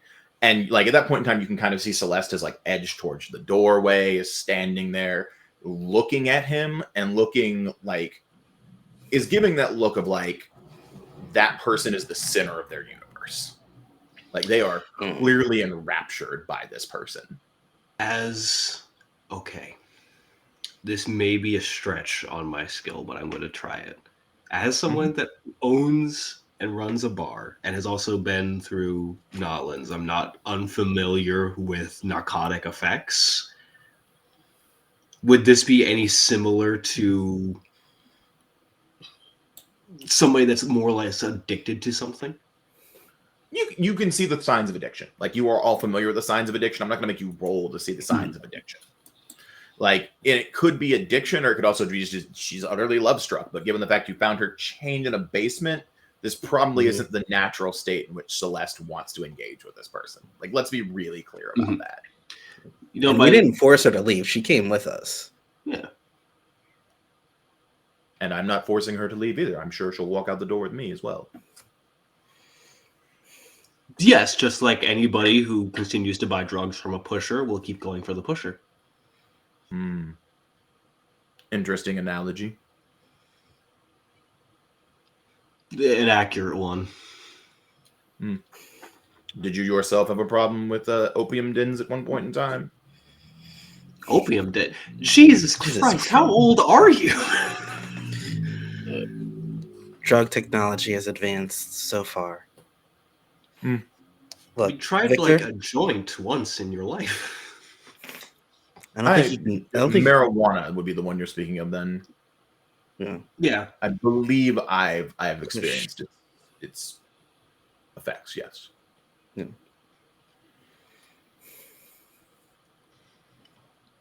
They are rather fleeting. Victor, they're people who need help, and they're in our neighborhood, which makes them neighbors, which means they stay here.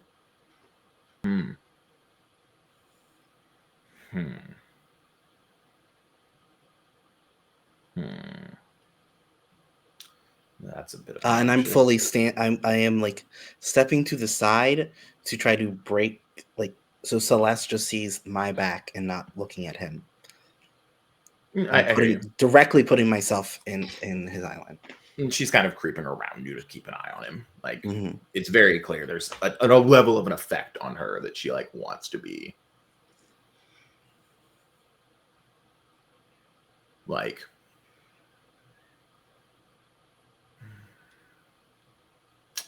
Well, so be it then. He sighs. He starts walking toward the door, unless somebody tries to stop him. I'm gonna quick draw. It lets me drawing my weapon as a reflexive action. And I'm gonna point it at him and say, "You can leave at any point." No, like, that's what he goes. He goes to leave. He's walking towards the door to leave. I'm looking at the others. Like, do we just let him go? Hey, you gonna continue to hunt here? He seems to be kind of ignoring you at this point in time, and like opens the door. So unless someone tries to physically stop him, he goes to like close the door, and then basically as he's closing, he's like, "Celeste, kill them," and closes the door behind him. Oh, there we go. Like, and we will go into combat at this point in time. He's doing the thing old vampires do, which is, I don't care about humans anymore. Yeah. Okay. So if I can now. Yeah, I don't care if he's a vampire. I'm gonna kill that motherfucker. Yeah, legit. As he turns around to Celeste. Oh, he doesn't bother turning around. He literally just says it. Yeah. No, I turn around to Celeste. Yes. I believe we are rolling initiative, is what we are doing right now. What's initiative? So you roll 1d10, and then you add your composure plus your wit plus your dex. Sorry, composure plus dex plus fast reflexes if you have it. I get a 9. Cool. I got a 10. I got a 10. Okay. What do we got for King? 8 total. 8, 9, 10, 8 total. All right. Celeste is going to go first on a 15. Because I rolled a 9. Shit. I rolled a 9. She's not some crazy uber combat ghoul. I'll be real honest with you. I was gonna say she's a ghoul at this point, ain't she? Yeah. Yes, that's what she is. So 15, 10, 9, 8, I believe was the... Yeah.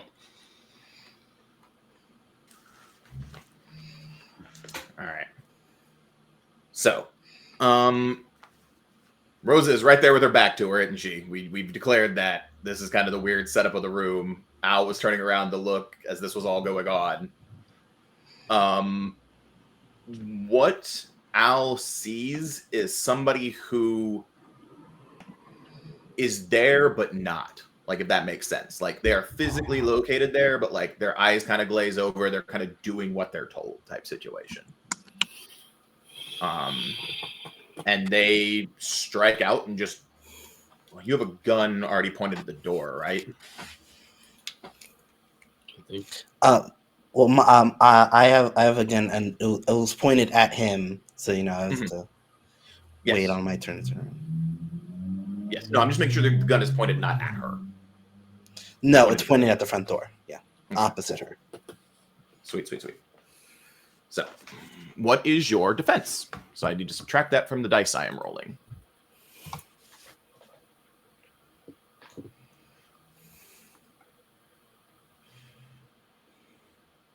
So defense is the lower of your dex and wits. If they're the same, then it is that number, that they're the equidistant number they are.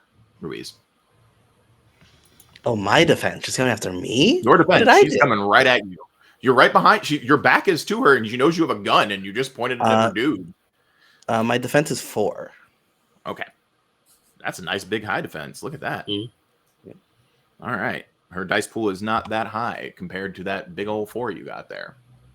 So basically, she's going to like kick your leg right at the knee, is what she's going to do.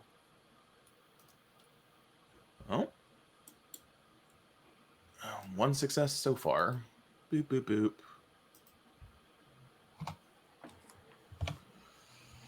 I don't have work tonight. Let's go. Oh yeah. Apparently, I'm gonna blow up. So you're going to take 3 bashing as she like just clips your knee real hard. Okay. Doesn't buckle or like get destroyed because it's not lethal damage, but you're like, ow, that is a lot of ow. You're gonna feel that tomorrow. Mm-hmm. Yeah, I'm feeling it right now. That's the problem. you're feeling it right now because you already have 2 damage from earlier on in the evening. How old is Ruiz? You're gonna feel that for the rest of your life. You get hit in the knee. Yeah, Charles it's is getting close to 30. It's getting that. It's bashing. It's not lethal. Let's be real clear. It's at nearly 30. It's no longer you're getting treatment. That's gonna hurt until you die. It is not a destroyed kneecap. It's not a obliterated ACL. Calm down. It's 3 bashing. Yeah, the trouble is she was on some flag football. All right, she was we got our locked player in a shooting stance, and her legs were completely stiff. So that's good. Mm-hmm. Yeah. All right, we're to 10. Be a minute. All right. Yeah. See, like as soon as he turns around and sees her move, Al will tackle her into the door frame, like into the like actual door frame, not through it. Like, what I roll for that? You would want to roll strength plus brawl -3. She has a defense of 3 currently.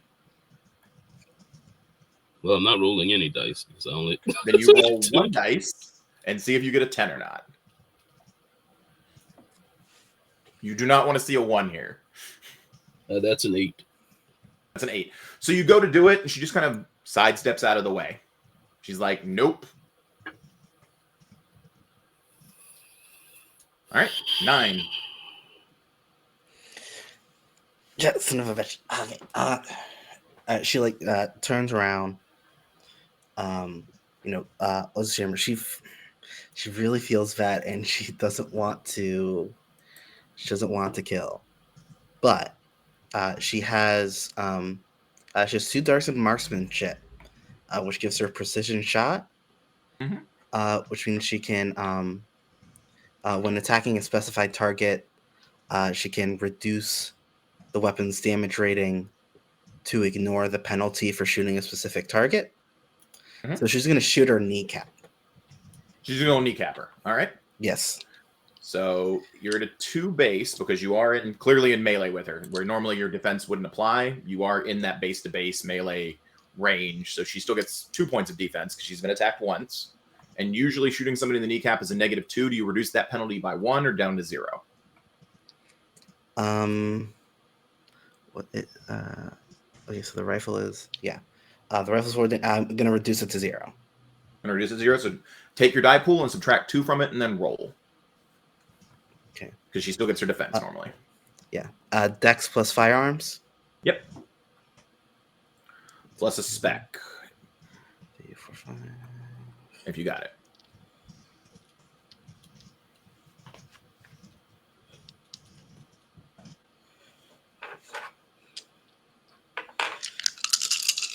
And I'm subtracting 2 die from this, right? Mm-hmm. Correct.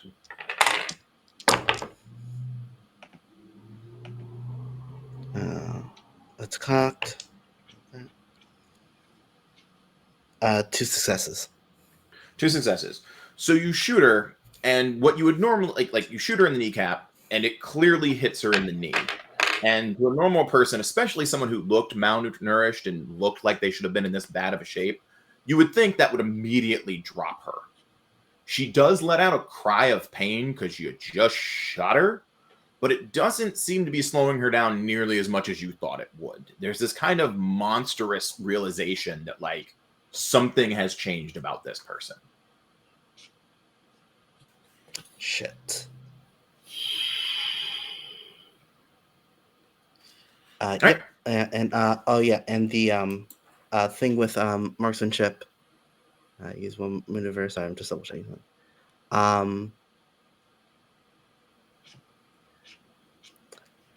Okay. After this, since I used a marksmanship maneuver, I can no longer use my defense. Okay, so you will not have a defense until your next turn. Yes. All right, good to know. All right, we've got King, who's just seen this person get shot and also club your friend in the knee. All right.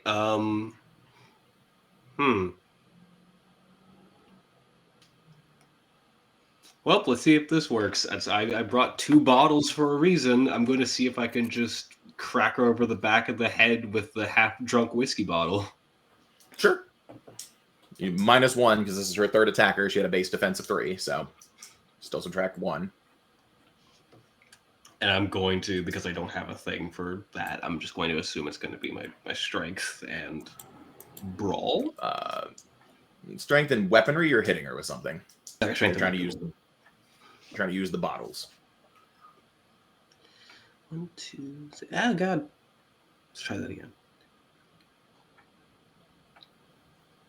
Fucking why? 2 successes. Well, 2 successes is still 2 successes. Yeah. Crack her with the bottle. Again, you have that sickening realization that when you hit somebody with a bottle, it should do way more. Like, you don't seem to be the focus of her rage because you didn't shoot her. But there's still like a response. I was kind of hoping that would do something. It did something. She's covered in liquor and she's not looking the best because you broke a whiskey bottle on her. He's literally just saying that out loud. Like, normally that just does it. Mm-hmm. Fuck. That's me. Mm-hmm. So she's going to hit the person that just shot her because that's the most dangerous person in the room to her right now.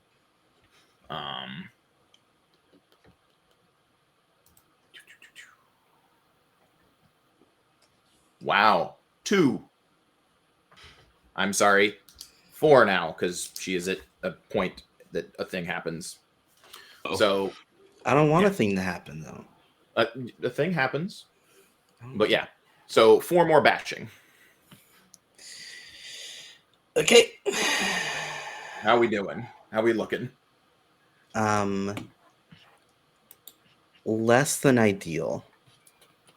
How many health boxes are pulled up? So So I took two damage from The feeding. the feeding. And that's lethal. Yeah. Yeah, so I started at 9, then I was at 7, and now I've taken 7 bashing. So you need to make a stamina plus composure check because bashing can render you unconscious as you are a human being. You wouldn't let me take the weird supernatural powers because we don't know that exists yet. No, we don't. You and your stamina plus what? Stamina plus composure. Composure. Okay, so that's another 6 dice. So many of my pools are 6 dice. That's good pools. Those are good high pools at this low level of the game. Okay, Those are great pools. okay. 3 successes, all 10s. Keep rolling. Just keep it up. Take all the luck. Do it. Okay, 4 successes. So at 4 successes, you're fine. She puts her hands together and hits you with that double axe handle, like right under the jaw, and you kind of raise up off the floor for a moment, and you land back down. And you've been in fights in your life, and you know when that tunnel vision from a headshot starts to creep in, but you push it back. You're like, no, not happening. I'm good. I'm not going down like that. Yeah. Too many people need me right now. I'm not going to be on my ass. Nope. You're not. Now, I would like to point out, any more bashing you take will start rolling over into lethal damage, by the way, which is much more dangerous because you are out of health boxes. That makes sense. All right. It is number 10. It is Al's turn again in his own home. Yeah. First he was going to go non-lethal, but there are people injured in here, and then she just injured. There's been gunshots. Chara. This is very not non-lethal at this point in time. Yeah, like he was planning to subdue initially. But that's what I was trying to do, and then I almost got knocked out. Yeah, we're gonna save that for after she. So he's gonna take out the switchblade and try to stab her in the back. Okay, -3 to your attack again, still. So but your pool should be much higher this time because you got a switchblade. How much does switchblade add? 2. Okay, so that'll be weaponry. It's going to be strength plus weaponry plus the switchblade -3. Okay. Which should be better than your chance roll last time. I think it'd still be 1. 1, 2, 4. Yeah, it'd still be 1. This is a different one, though, because this is not a chance roll, which affects things real differently. Yeah. Yeah, you could spend willpower. 2. So you swing by, it doesn't hit anybody on the way through, but she sidesteps you once again. She's like, no. All right. Yeah.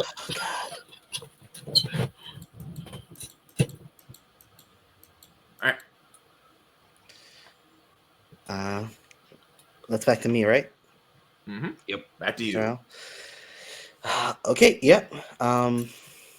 Yep. Like Alvin said, we're, I think we're past the brink now. I think we just gotta stop her. Just gotta shit to kill. Yeah. All right. So I'm going to.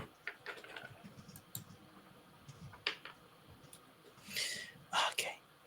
I have a marksman's thing that will give me more dice, but I have to wait. I have to use an action to set it up, and I cannot risk that waiting that long because she may get me in this next round. So I'm just gonna have to do this straight. So I'm rolling dexterity plus firearms. Okay.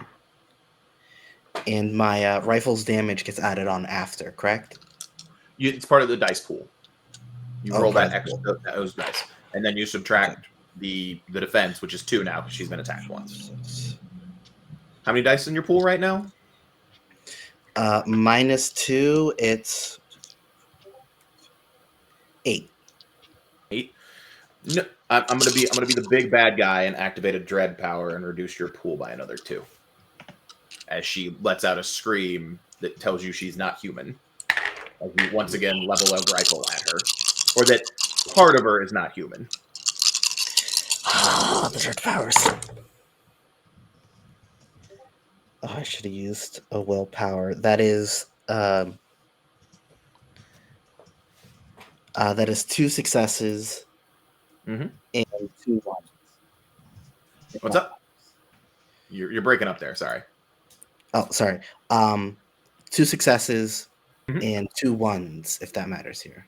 Ones do not matter unless you roll no successes. Unless I completely fail. Cool. Correct. Oh wait. One of them is a 10. One of them 10. I'm so panicked I didn't even notice it. Okay, it's just a 2. Just a 2. You got a 6. So you put a round in like the center of her chest, and you're like, that should normally slow human beings down. He seems to be aware she's being shot now, but it does not seem to be slowing somebody down the way it should. Oh, fuck. Oh god. But you can tell she is not in the same condition she was when she started this fight. Yeah, she's just sort of like on the ground. She's like sort of scrambling. Her knee is still not up to snuff, and she's just sort of like fires a shot and just sort of like scuttles back, gets her back against the wall, and just like gets ready for another shot. And it's like doing everything she can not to panic. Mm-hmm. All right.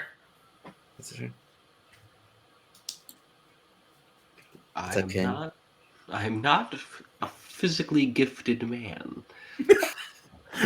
I mean, that's probably not how you want to phrase that to the ladies. I'm just letting you know. I am not designed for combat. Mm-hmm. I am not built for violence. I'm not. I normally turn fights away just with a wink and a smile, but this is different. You know what? There was an idea that was illustrated recently that I'm going to try. I'm going to see if I can grab a hold of her like a sleeper from behind and just like keep her still. Strength for us, brawl. That's better. Go, please. All my luck has gone away. There's no successes. But you did not dramatically fail? That's 2 ones. That would be a dramatic failure. Yeah. Yeah. Our first one of the 2 chapters. Yeah. But it's the worst possible time. Oh yeah, It is the worst possible times. What's the worst? I got it because I love good dramatic failures. Mm-hmm. So you know that liquor that you just smashed over her head, and now you're trying to grab her in this liquory like host. It did not turn out well. Like you went to go turn around and do this, and you and Al, not exactly the most known, but Al taught you how to shave that hairline with that razor blade, unfortunately, and now it might be coming back to haunt you because you go to grab her in the liquor and you slip, and you end up running right into Al. Unfortunately, Al was trying to stab somebody this turn, and as you look down, you realize that you have run into him, and his switchblade is sticking out of your stomach as you take 2 lethal. Oh no!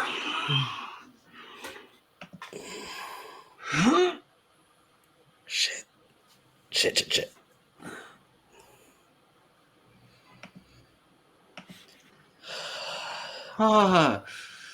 House King.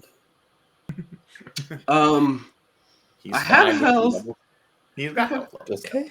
I got health. I'm still good. Just like this. Just probably adrenaline going in, so I'm not like screaming, but just. You've now been stabbed. Oh, that's what that feels like. Mm-hmm. I should stop doing that to people. Yeah. But yeah. You're like, oh no, that is bad. Again, she's going after the person that shot her because she's been shot. You get your defense back this turn, correct? Or... Yeah, I didn't use a maneuver, so I have my defense back is 4. So you're back up to a 4 or a 3 Yes. defense? 4. Okay. Alrighty. Oh, that's 110. So I did hit. Let's roll one more time. Stop rolling tens. Stop rolling tens. I'm not going to. I did roll a second 10 Oh my god. and a third one. So I thought, oh god. I did stop at a 6. You'll take 5 more bashing Okay. as she comes down with another hammer blow onto you, trying to stop you from shooting her again. Okay. All right.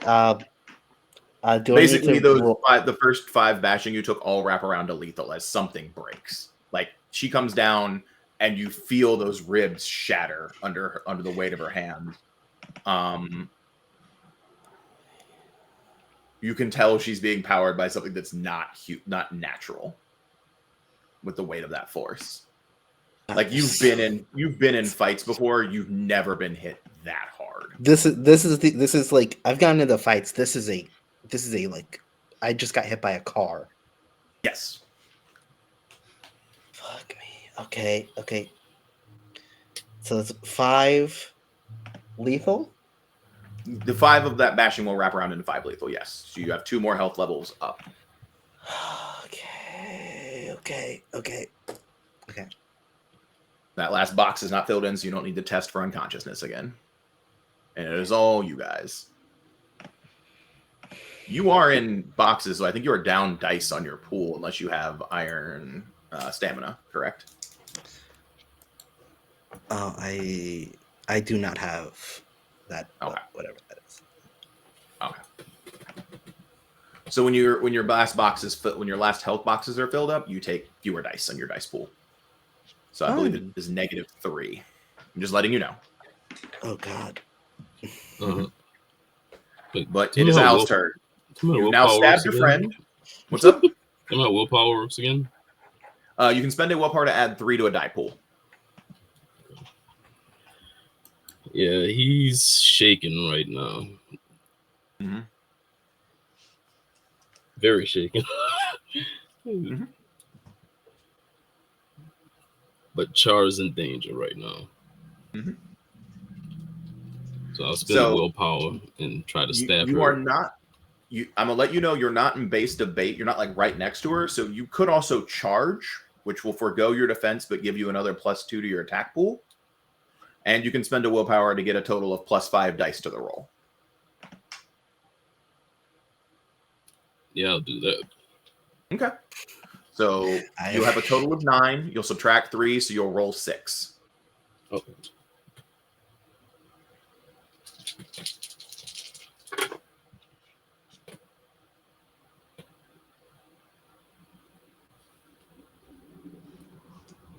That's 4. All right. Tell me how you'd like to kill this person, because you've now committed murder. You know what? I'm fine with that. I think he is with a stabbing a person with a knife. Yes. That there is murder happening here. At best, it's a homicide. This isn't planned. Like Alvin knows how to. It's self-defense because you got hit by a car 5 seconds ago. Alvin knows how to use a knife, but he's not like precision good. So he just goes for a stab and ends up hitting the spine. Just right in the spine. So she does like the ragdoll crumble. Yeah. Like the severs the spine, the ragdoll crumble effect. Yeah. Like it's just the messiest maneuver you've ever seen Al pull. Just thump. Yeah, just fully letting his own strength, just the gravity of it. Yeah, like Charles, like on the ground, she's like, blood's coming from out. This body just kind of crumples on top of you in the gun because she severed the spine. So like there's just like it's like what happens when you cut the strings on a marionette. It just blew up. And from the forward mental from Al, you've just got this kind of like thudded, lifeless body just kind of hanging like propped up on the end of your gun, looking down at you. Yeah, he'll let go of the knife in her back, and immediately he's looking at both of them like, who do I help first? Eli, he'll open the door and yell for Eli, like as loud as he can. He gets real ghetto. Okay, check. He's just ghetto yelling in the street Oh, in the yeah, middle of the party for 100%. Eli. Yeah. There have been like at He least does like he does 3 not care shots who in this. hears. Mm-hmm. 3 Seems loud ass super legit. rifle shots, and this is an old gun too. I mean, it's an old gun in an old house, so like it's a brick. Like we're not talking subsiding. Like this is a brick. This is a brick ass brick Mhm. house.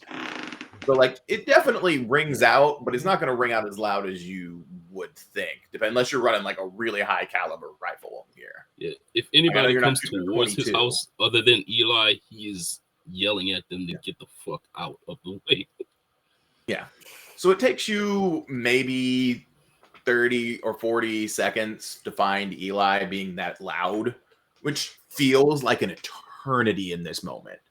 But it definitely, you find him and he's like, he kind of looks confused, and I assume you just kind of grab him and drag him back. Yeah, he shows him the blood on his hand from Yeah. yeah, and runs him back to the house. Okay. Yeah. No, like you run Eli back to the house. What's everybody doing in like the minute or so, minute and a half, 90 seconds it takes him to get Eli and come back to the house? I'm gonna try to pull the body off of. Yeah, I'm gonna need some. I'm gonna have a hard time pushing, but as soon as like King rolls her off, I'm like, she is light. She's 110 pounds, if that. It makes no sense how she hits you that hard. It is like this very dissident moment of like, this is 110-pound person who you literally just saw hit somebody so hard their feet kind of left the ground for a moment. You watched this person come down with enough force to break ribs. You heard that crack. There was a gunshot, and then there was what sounded almost like a second gunshot in that small room when those ribs broke.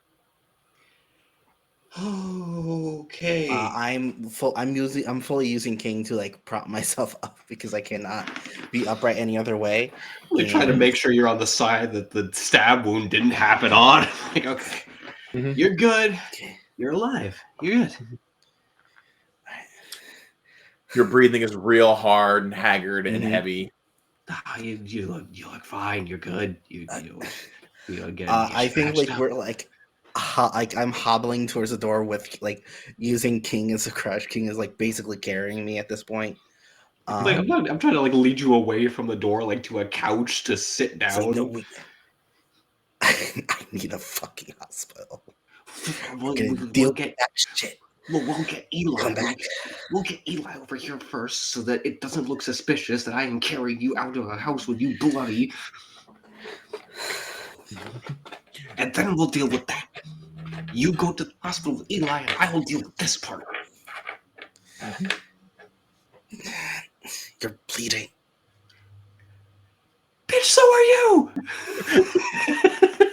At the point in time, you kind of Both cough can up be blood. You're like, Both can be bad. I'm like fully feeling like disconnection in my chest, and it's so surreal that like. Okay, but in a scale of like 1 to 10. Okay, fine, fuck it. Like I could flick you and you die. Like, sit on the Eli. Eli comes in and he looks around. He's like perturbed by the dead body for a moment, and then looks at you and is like, "What the hell happened?" Type situation. Discussion for a different. I know that look. Discussion for a different time frame. Hospital. Close him up. Get me to a hospital. I got shit. I throw out the keys. Both of you. Shut up. Keys to my van. Eli, please help them both. Sure. And he's going to look over like your stab wound and be like, "You got stabbed. This is not that deep. You'll be fine." Yeah. Put some super glue on it. I don't even like get some stitches, some super. And then he like starts examining you and is like, "Did you get hit by a truck inside the house?" Because that is the best equivalency of what happened. Like, you were not wrong in the idea that you have like vehicle trauma is what is happening with you right now. Yeah, there's like full disconnect. There are fragments where there should not be fragments. Mm-hmm. Eli, remember that thing you didn't want to ask about? I don't want to ask about it because I'm going to have to drive my cousin to the hospital, and it looks like my cousin got hit by a car, and that is what I'm going to tell Intake, is that my cousin got And hit by a that's what they car. ask. Yeah. I didn't see whatever happened, and you need to make sure this doesn't get out. Full stop. I'll take care of it. Right. Like, You drive me. Yeah. You guys deal with. She's just like generally just like sort of flaps her hands. Yeah. And she fully like is trying to use the rifle as a crutch, and it's not going well. No, it's not. He's like, leave the gun. You can't bring a gun to the ER. That's not going to help this situation or any sort of conversation. Here. Given what Chara happened, you should probably get rid of that gun. Hand Chara a cane. Yeah. It's something he mainly uses like just aesthetically, but like it's something you use for like Mardi Gras, like. Yeah, this is the first time this cane has ever been used for its intended purpose. Yeah, she'll like very reluctantly give her rifle to Al and like reach behind her, give her pistol to King. I'll take that. Yeah, and is gonna make Eli drive her to the ER. Mm-hmm. Yeah. So I'll deal with your check-in in the ER in a moment. King and Al have a body. You have a dead body. So Al, do you have a back door to your house that nobody, looks at normally? It's big enough that nobody looks at it, but I have a backyard. I have a second question. Are you the type of person that puts your address in your clothes? Me? Yeah. Is Al the type of person that sews his address in his clothes? Ryan didn't know that was a thing people do. Well, that's totally a thing people do. It's very much someone of Al's era. It is reasonable for this to be a thing. Yeah. If it is, you can say no, would. But it's possible. But, yeah, it's like one of his favorite coats. Sure. Basically. Okay. Making sure. Okay. All right. So you guys want to do with this body? It's just a question. It's a question I'm asking as the storyteller to help me tell the story with you. Can I use contacts to get in touch with some people who can help me, like, clean up the house? Probably, yeah. What do you want to do with? I assume you want to like move the body first. Well, I'm thinking more John Wick kind of clean the house. No, you don't have any cool gold coins. That's not how this works. You can definitely get some house cleaners that aren't going to ask questions about blood on your wood floor. Like, you can definitely some people that won't ask questions. You don't know people that will dismantle a body for you. Yeah, these are rumors about your character. They ain't exactly true. Yeah. I'm not planning on dismantling the body. This was somebody he knew. We could. Oh, this would be a terrible decision. What time is it? It's going on 4:30 in the morning. Victor's probably still awake, so bringing that back to the place is probably not a good idea.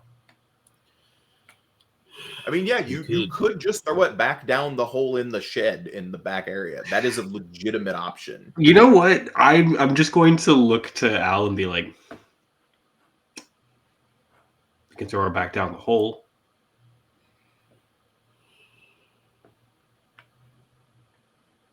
I don't want to put her through more of that.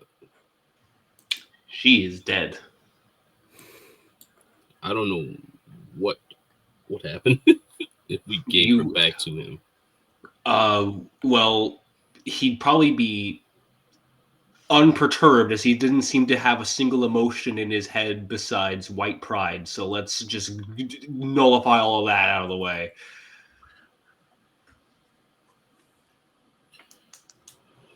I'm more concerned if he's still awake. I was thinking bury her in the backyard.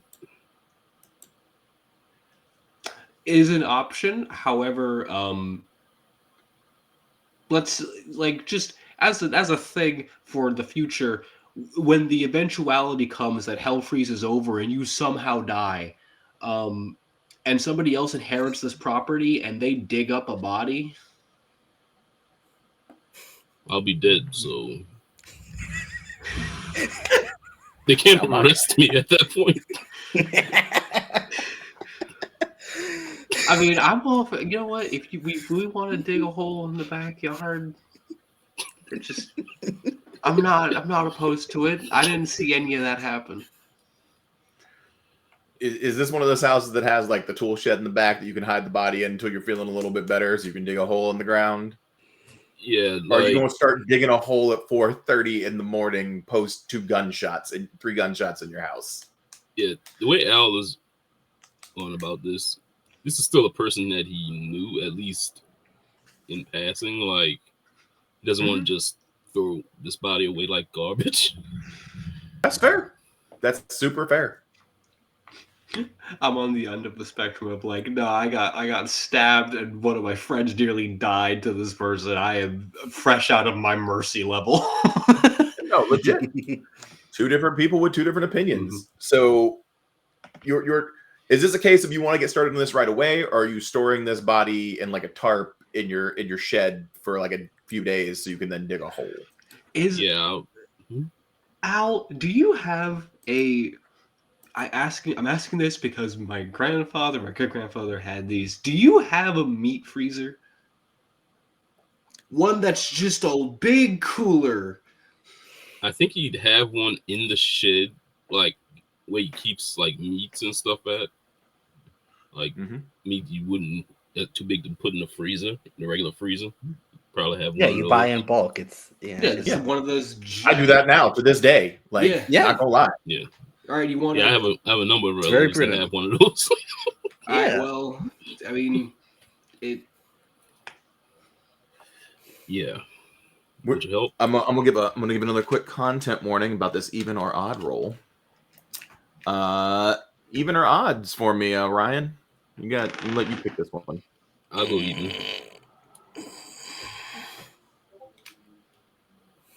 Even, you said? Yeah. It is even.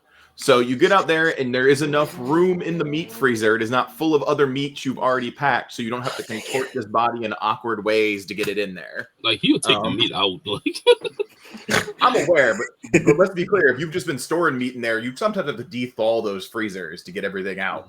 Yeah. Like, I feel that. He had all the burgers and hot dogs for the cookout. That's why there's space in there now.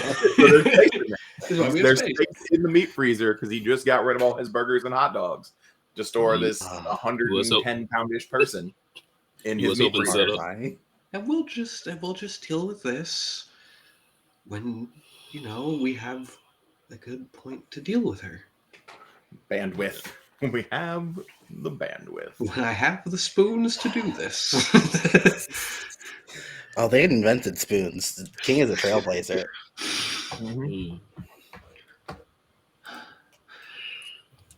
This was supposed to be just a regular. The stress I was supposed to have was going to be politically focused today. That was the whole thing.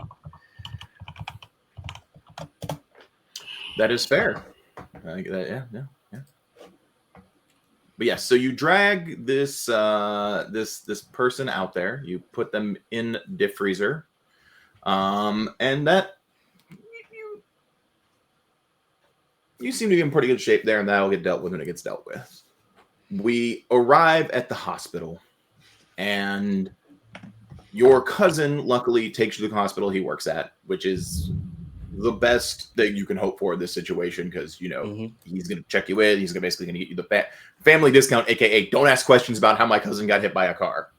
And that is the story. That is the tagline. That is what is happening here. You get checked in, and they get you into a room, and now that you're like in there, they give you they like we're in there, ladies. They're probably going to give you some morphine. You're probably going to get morphined up because you got hit by a car. And at that moment, She's not complaining. Yeah, at that point in time, you're probably passing out because this is arguably the most pain you've ever been in your life. Most of your rib cage is kind of collapsed, and it's not where you want to be. And the sun comes up the next day, and the block party is getting cleaned up. Things are getting taken care of. Life seems to be returning to normal for most people. Al gets the cleaning service that isn't going to ask questions about why there was blood on the floor. I assume King and Al dispose of this rifle in some fashion, maybe take it apart and get rid of it. They better not. They better not. That is, I have had that rifle for longer than alive. It is also a murder weapon that will directly point to you. I'm asking what they do with it. I will have here's how we'll go. I will have dismantled it, but I will have kept one portion of that just to be like, this is the bit of it. You're not having the whole thing. It's the rest of it is elsewhere.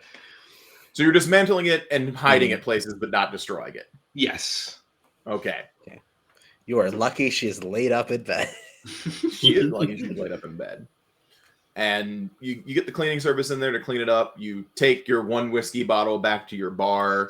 The neighborhood is really starting to return to normal. You have a body in a freezer you're not really sure what to do with. Yeah. Do you go to visit Rosa during the day in the hospital, or you just don't want to be seen in public with her right now because people don't want people asking too many questions? What would you like to do about that? Yeah, I'll definitely go. If Al's going, I'm going to go. Okay. Yeah. Two of you go. Al doesn't give two shits what people say about him. That's just fair. There's so many things about Al that people talk about. So that you let them know you're close friends. They let you know that she's gonna be in the hospital for a little while, and that it is. I'm very happy they got her here this quickly because these are serious injuries. There's probably going to be there's a collapsed lung. There's a whole lot of broken ribs. This could have been very life threatening if people had not gotten her to the hospital immediately after she got hit by this car. I assume you don't like post up and guard, Rosa throughout the evening. You just go about you start trying to return to normal over the course of the next day or so. Like this didn't just happen. You start, cleaning up the stains. You've disassembled the rifle. You probably go. Does anybody go back and check up on the shed? yeah, he'll eventually just dig a hole deep enough, like middle of the night. Middle of the night, you dig like a 9-foot hole and drop this person's body in it. Mm-hmm. Okay. Do you go back and check up on the tunnel, or you see if the area is closed off or still open? Nope. Avoid it. Yeah. Super legit. Makes complete sense. I mean, he's angry enough to want to, but no. Makes complete sense. So I'm gonna say you're probably 7 feet deep in this tunnel over like the next day and a half, 2 days type situation, because I assume you're just not digging straight because that looks weird. So you're like, you're planning it out appropriately, and you look up and you kind of see this mangled face that you immediately recognize. It's John, and John kind of what you assume is a smirk. Kind of says, your address is in your coat. It's a nice coat. It is. And he'll kind of take it off and hand it back to you. And you realize that he's got new clothes. They look fairly modern. And he'll kind of ask why you're digging a hole. I don't know if you inform him about what happened. I do. he lets you know he'll take care of the body. You helped him out and effectively saved his life. He'll help take this thing off your plate. He'll reluctant to do that. Like, he realizes he's doing something emotional, not necessarily smart. Mm-hmm. And John will kind of let you know debts are paid at this point in time, a life for a life type situation. Because you made the John Wick reference, no more boons. But basically, he'll let you know he'll take care of the body. He kind of wraps it up, and he and the body kind of disappear into the night. Can I ask him one question? Sure, you can ask him any question you want. Is there a way to kill him?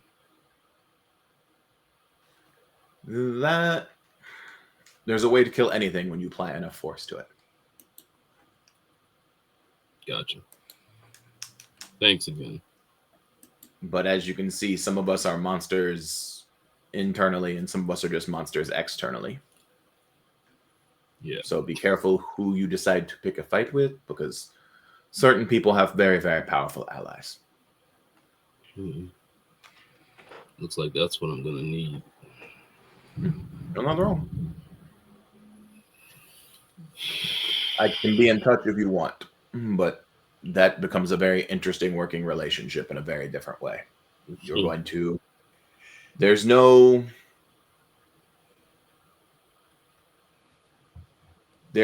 point in time that the abyss stops staring back once you look at it. I heard somebody say that once. Well, it's a good thing I run with people who are good at planning and organizing. Fair enough. Fair enough. I think that's a good spot to hang up Al's story for this session. King, I assume King is back at the bar doing bar things again? Yes. He's also applying a bit of, like, when he's not busy working, he is diving headlong into political textbooks that he has. Cool. You'll get a knock at the bar, like, kind of midday before you'd really be opened. Just look up, because I can probably see Martin. through. Go ahead and unlock it, open the door. He'll let you know that apparently something happened to Rosa, but he and the people that Freeman wanted will start patrolling the area as requested. Mm-hmm. But is there anything you need done type situation? Like you were not the next person in line, but you're the political person. So talking to you is probably the smartest move. Rosa up in the hospital, not hotel, very much two different places. Up in the hospital, not the Holiday Inn. Is there anything that you want him to be on the lookout for during these patrols?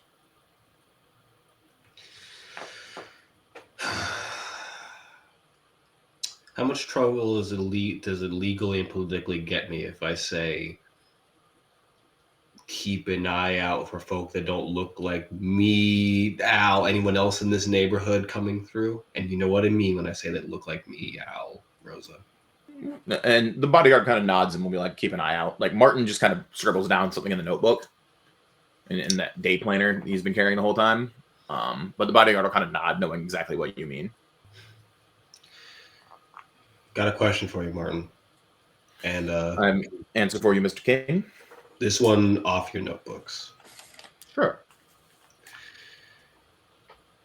Your association with Freeman, how's that working for you? Mr. Freeman has done right by me as a very lucrative employer. If you are, he'll look around for a moment and look to the bodyguard and kind of shoo him away. If you're looking for me to change lanes, we can discuss that at a future date. Then pencil in that future date. Not a problem. Will do. If we want someone to last- actually, make sure that this place is well patrolled and kept for, it should be by somebody that wants to keep living here. Makes sense. We do what we do what we must for the people that live here. And that will kind of move to the hospital. It's late in the evening. And it's been a few days, and Rose is finally off that morphine drip enough to understand what's going on around her. Yeah. She's kind of got the body cast going on right now, which is probably not the best feeling in the world. And it's probably 2-3 in the AM in that real lulled time period. And Rose is dozing off, and her eyes flutter, and then they widen as she sees Victor sitting in a chair looking at her and says, "We should probably talk." And I think that's a great place to stop, because if we want to pick this up again, that's a perfectly wonderful cliffhanger. How dare.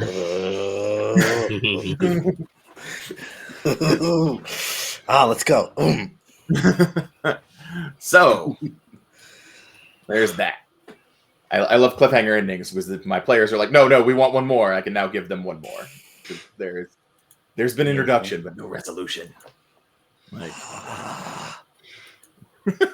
white man's in my fucking room. What's up? The white This man white in your man's room. in my goddamn room. Mm-hmm. But I think we can go in reverse order and start with Ryan. We'd like to say who you are, where you're from, where we can find you, and other shows or other places you might be. What's going on? I'm Sphinx or Ryan. I pronounce he, him. From down south Louisiana. You can usually find me Sphinx RL on Twitter or Blue Sky. Or just lurking in people's channels. That's a lot of what I do when I'm not hopping into games like this. All right. Fair enough. Who would you like to pass the mic to? Ruiz. Hey, yeah, Ruiz, pronunciation, at Bohio Blues on the socials. Tomorrow night, I will be running a Kids on Brooms game over on Tales from the Table to raise money for medical aid to Gaza. So go over there and check us out. It's a good cause. We're on a good pace for our goal already. We know we've had one stream so far. But yeah, go check us out there, for a good cause. All right, Javante, take it. Howdy, y'all. I'm Javante, a resident TTRPG goblin. You can find me on the one social I have, which is my Twitter, @Javante. Stuff that I am doing. I'm the resident Power Rangers person. I'm in every single Power Rangers game.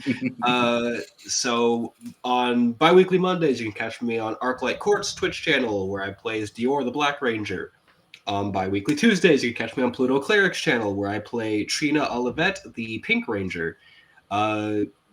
You can also join in a Power Rangers game that I run on bi-weekly Fridays in my Nostalgia channel, in which currently we're doing Ranger Academy.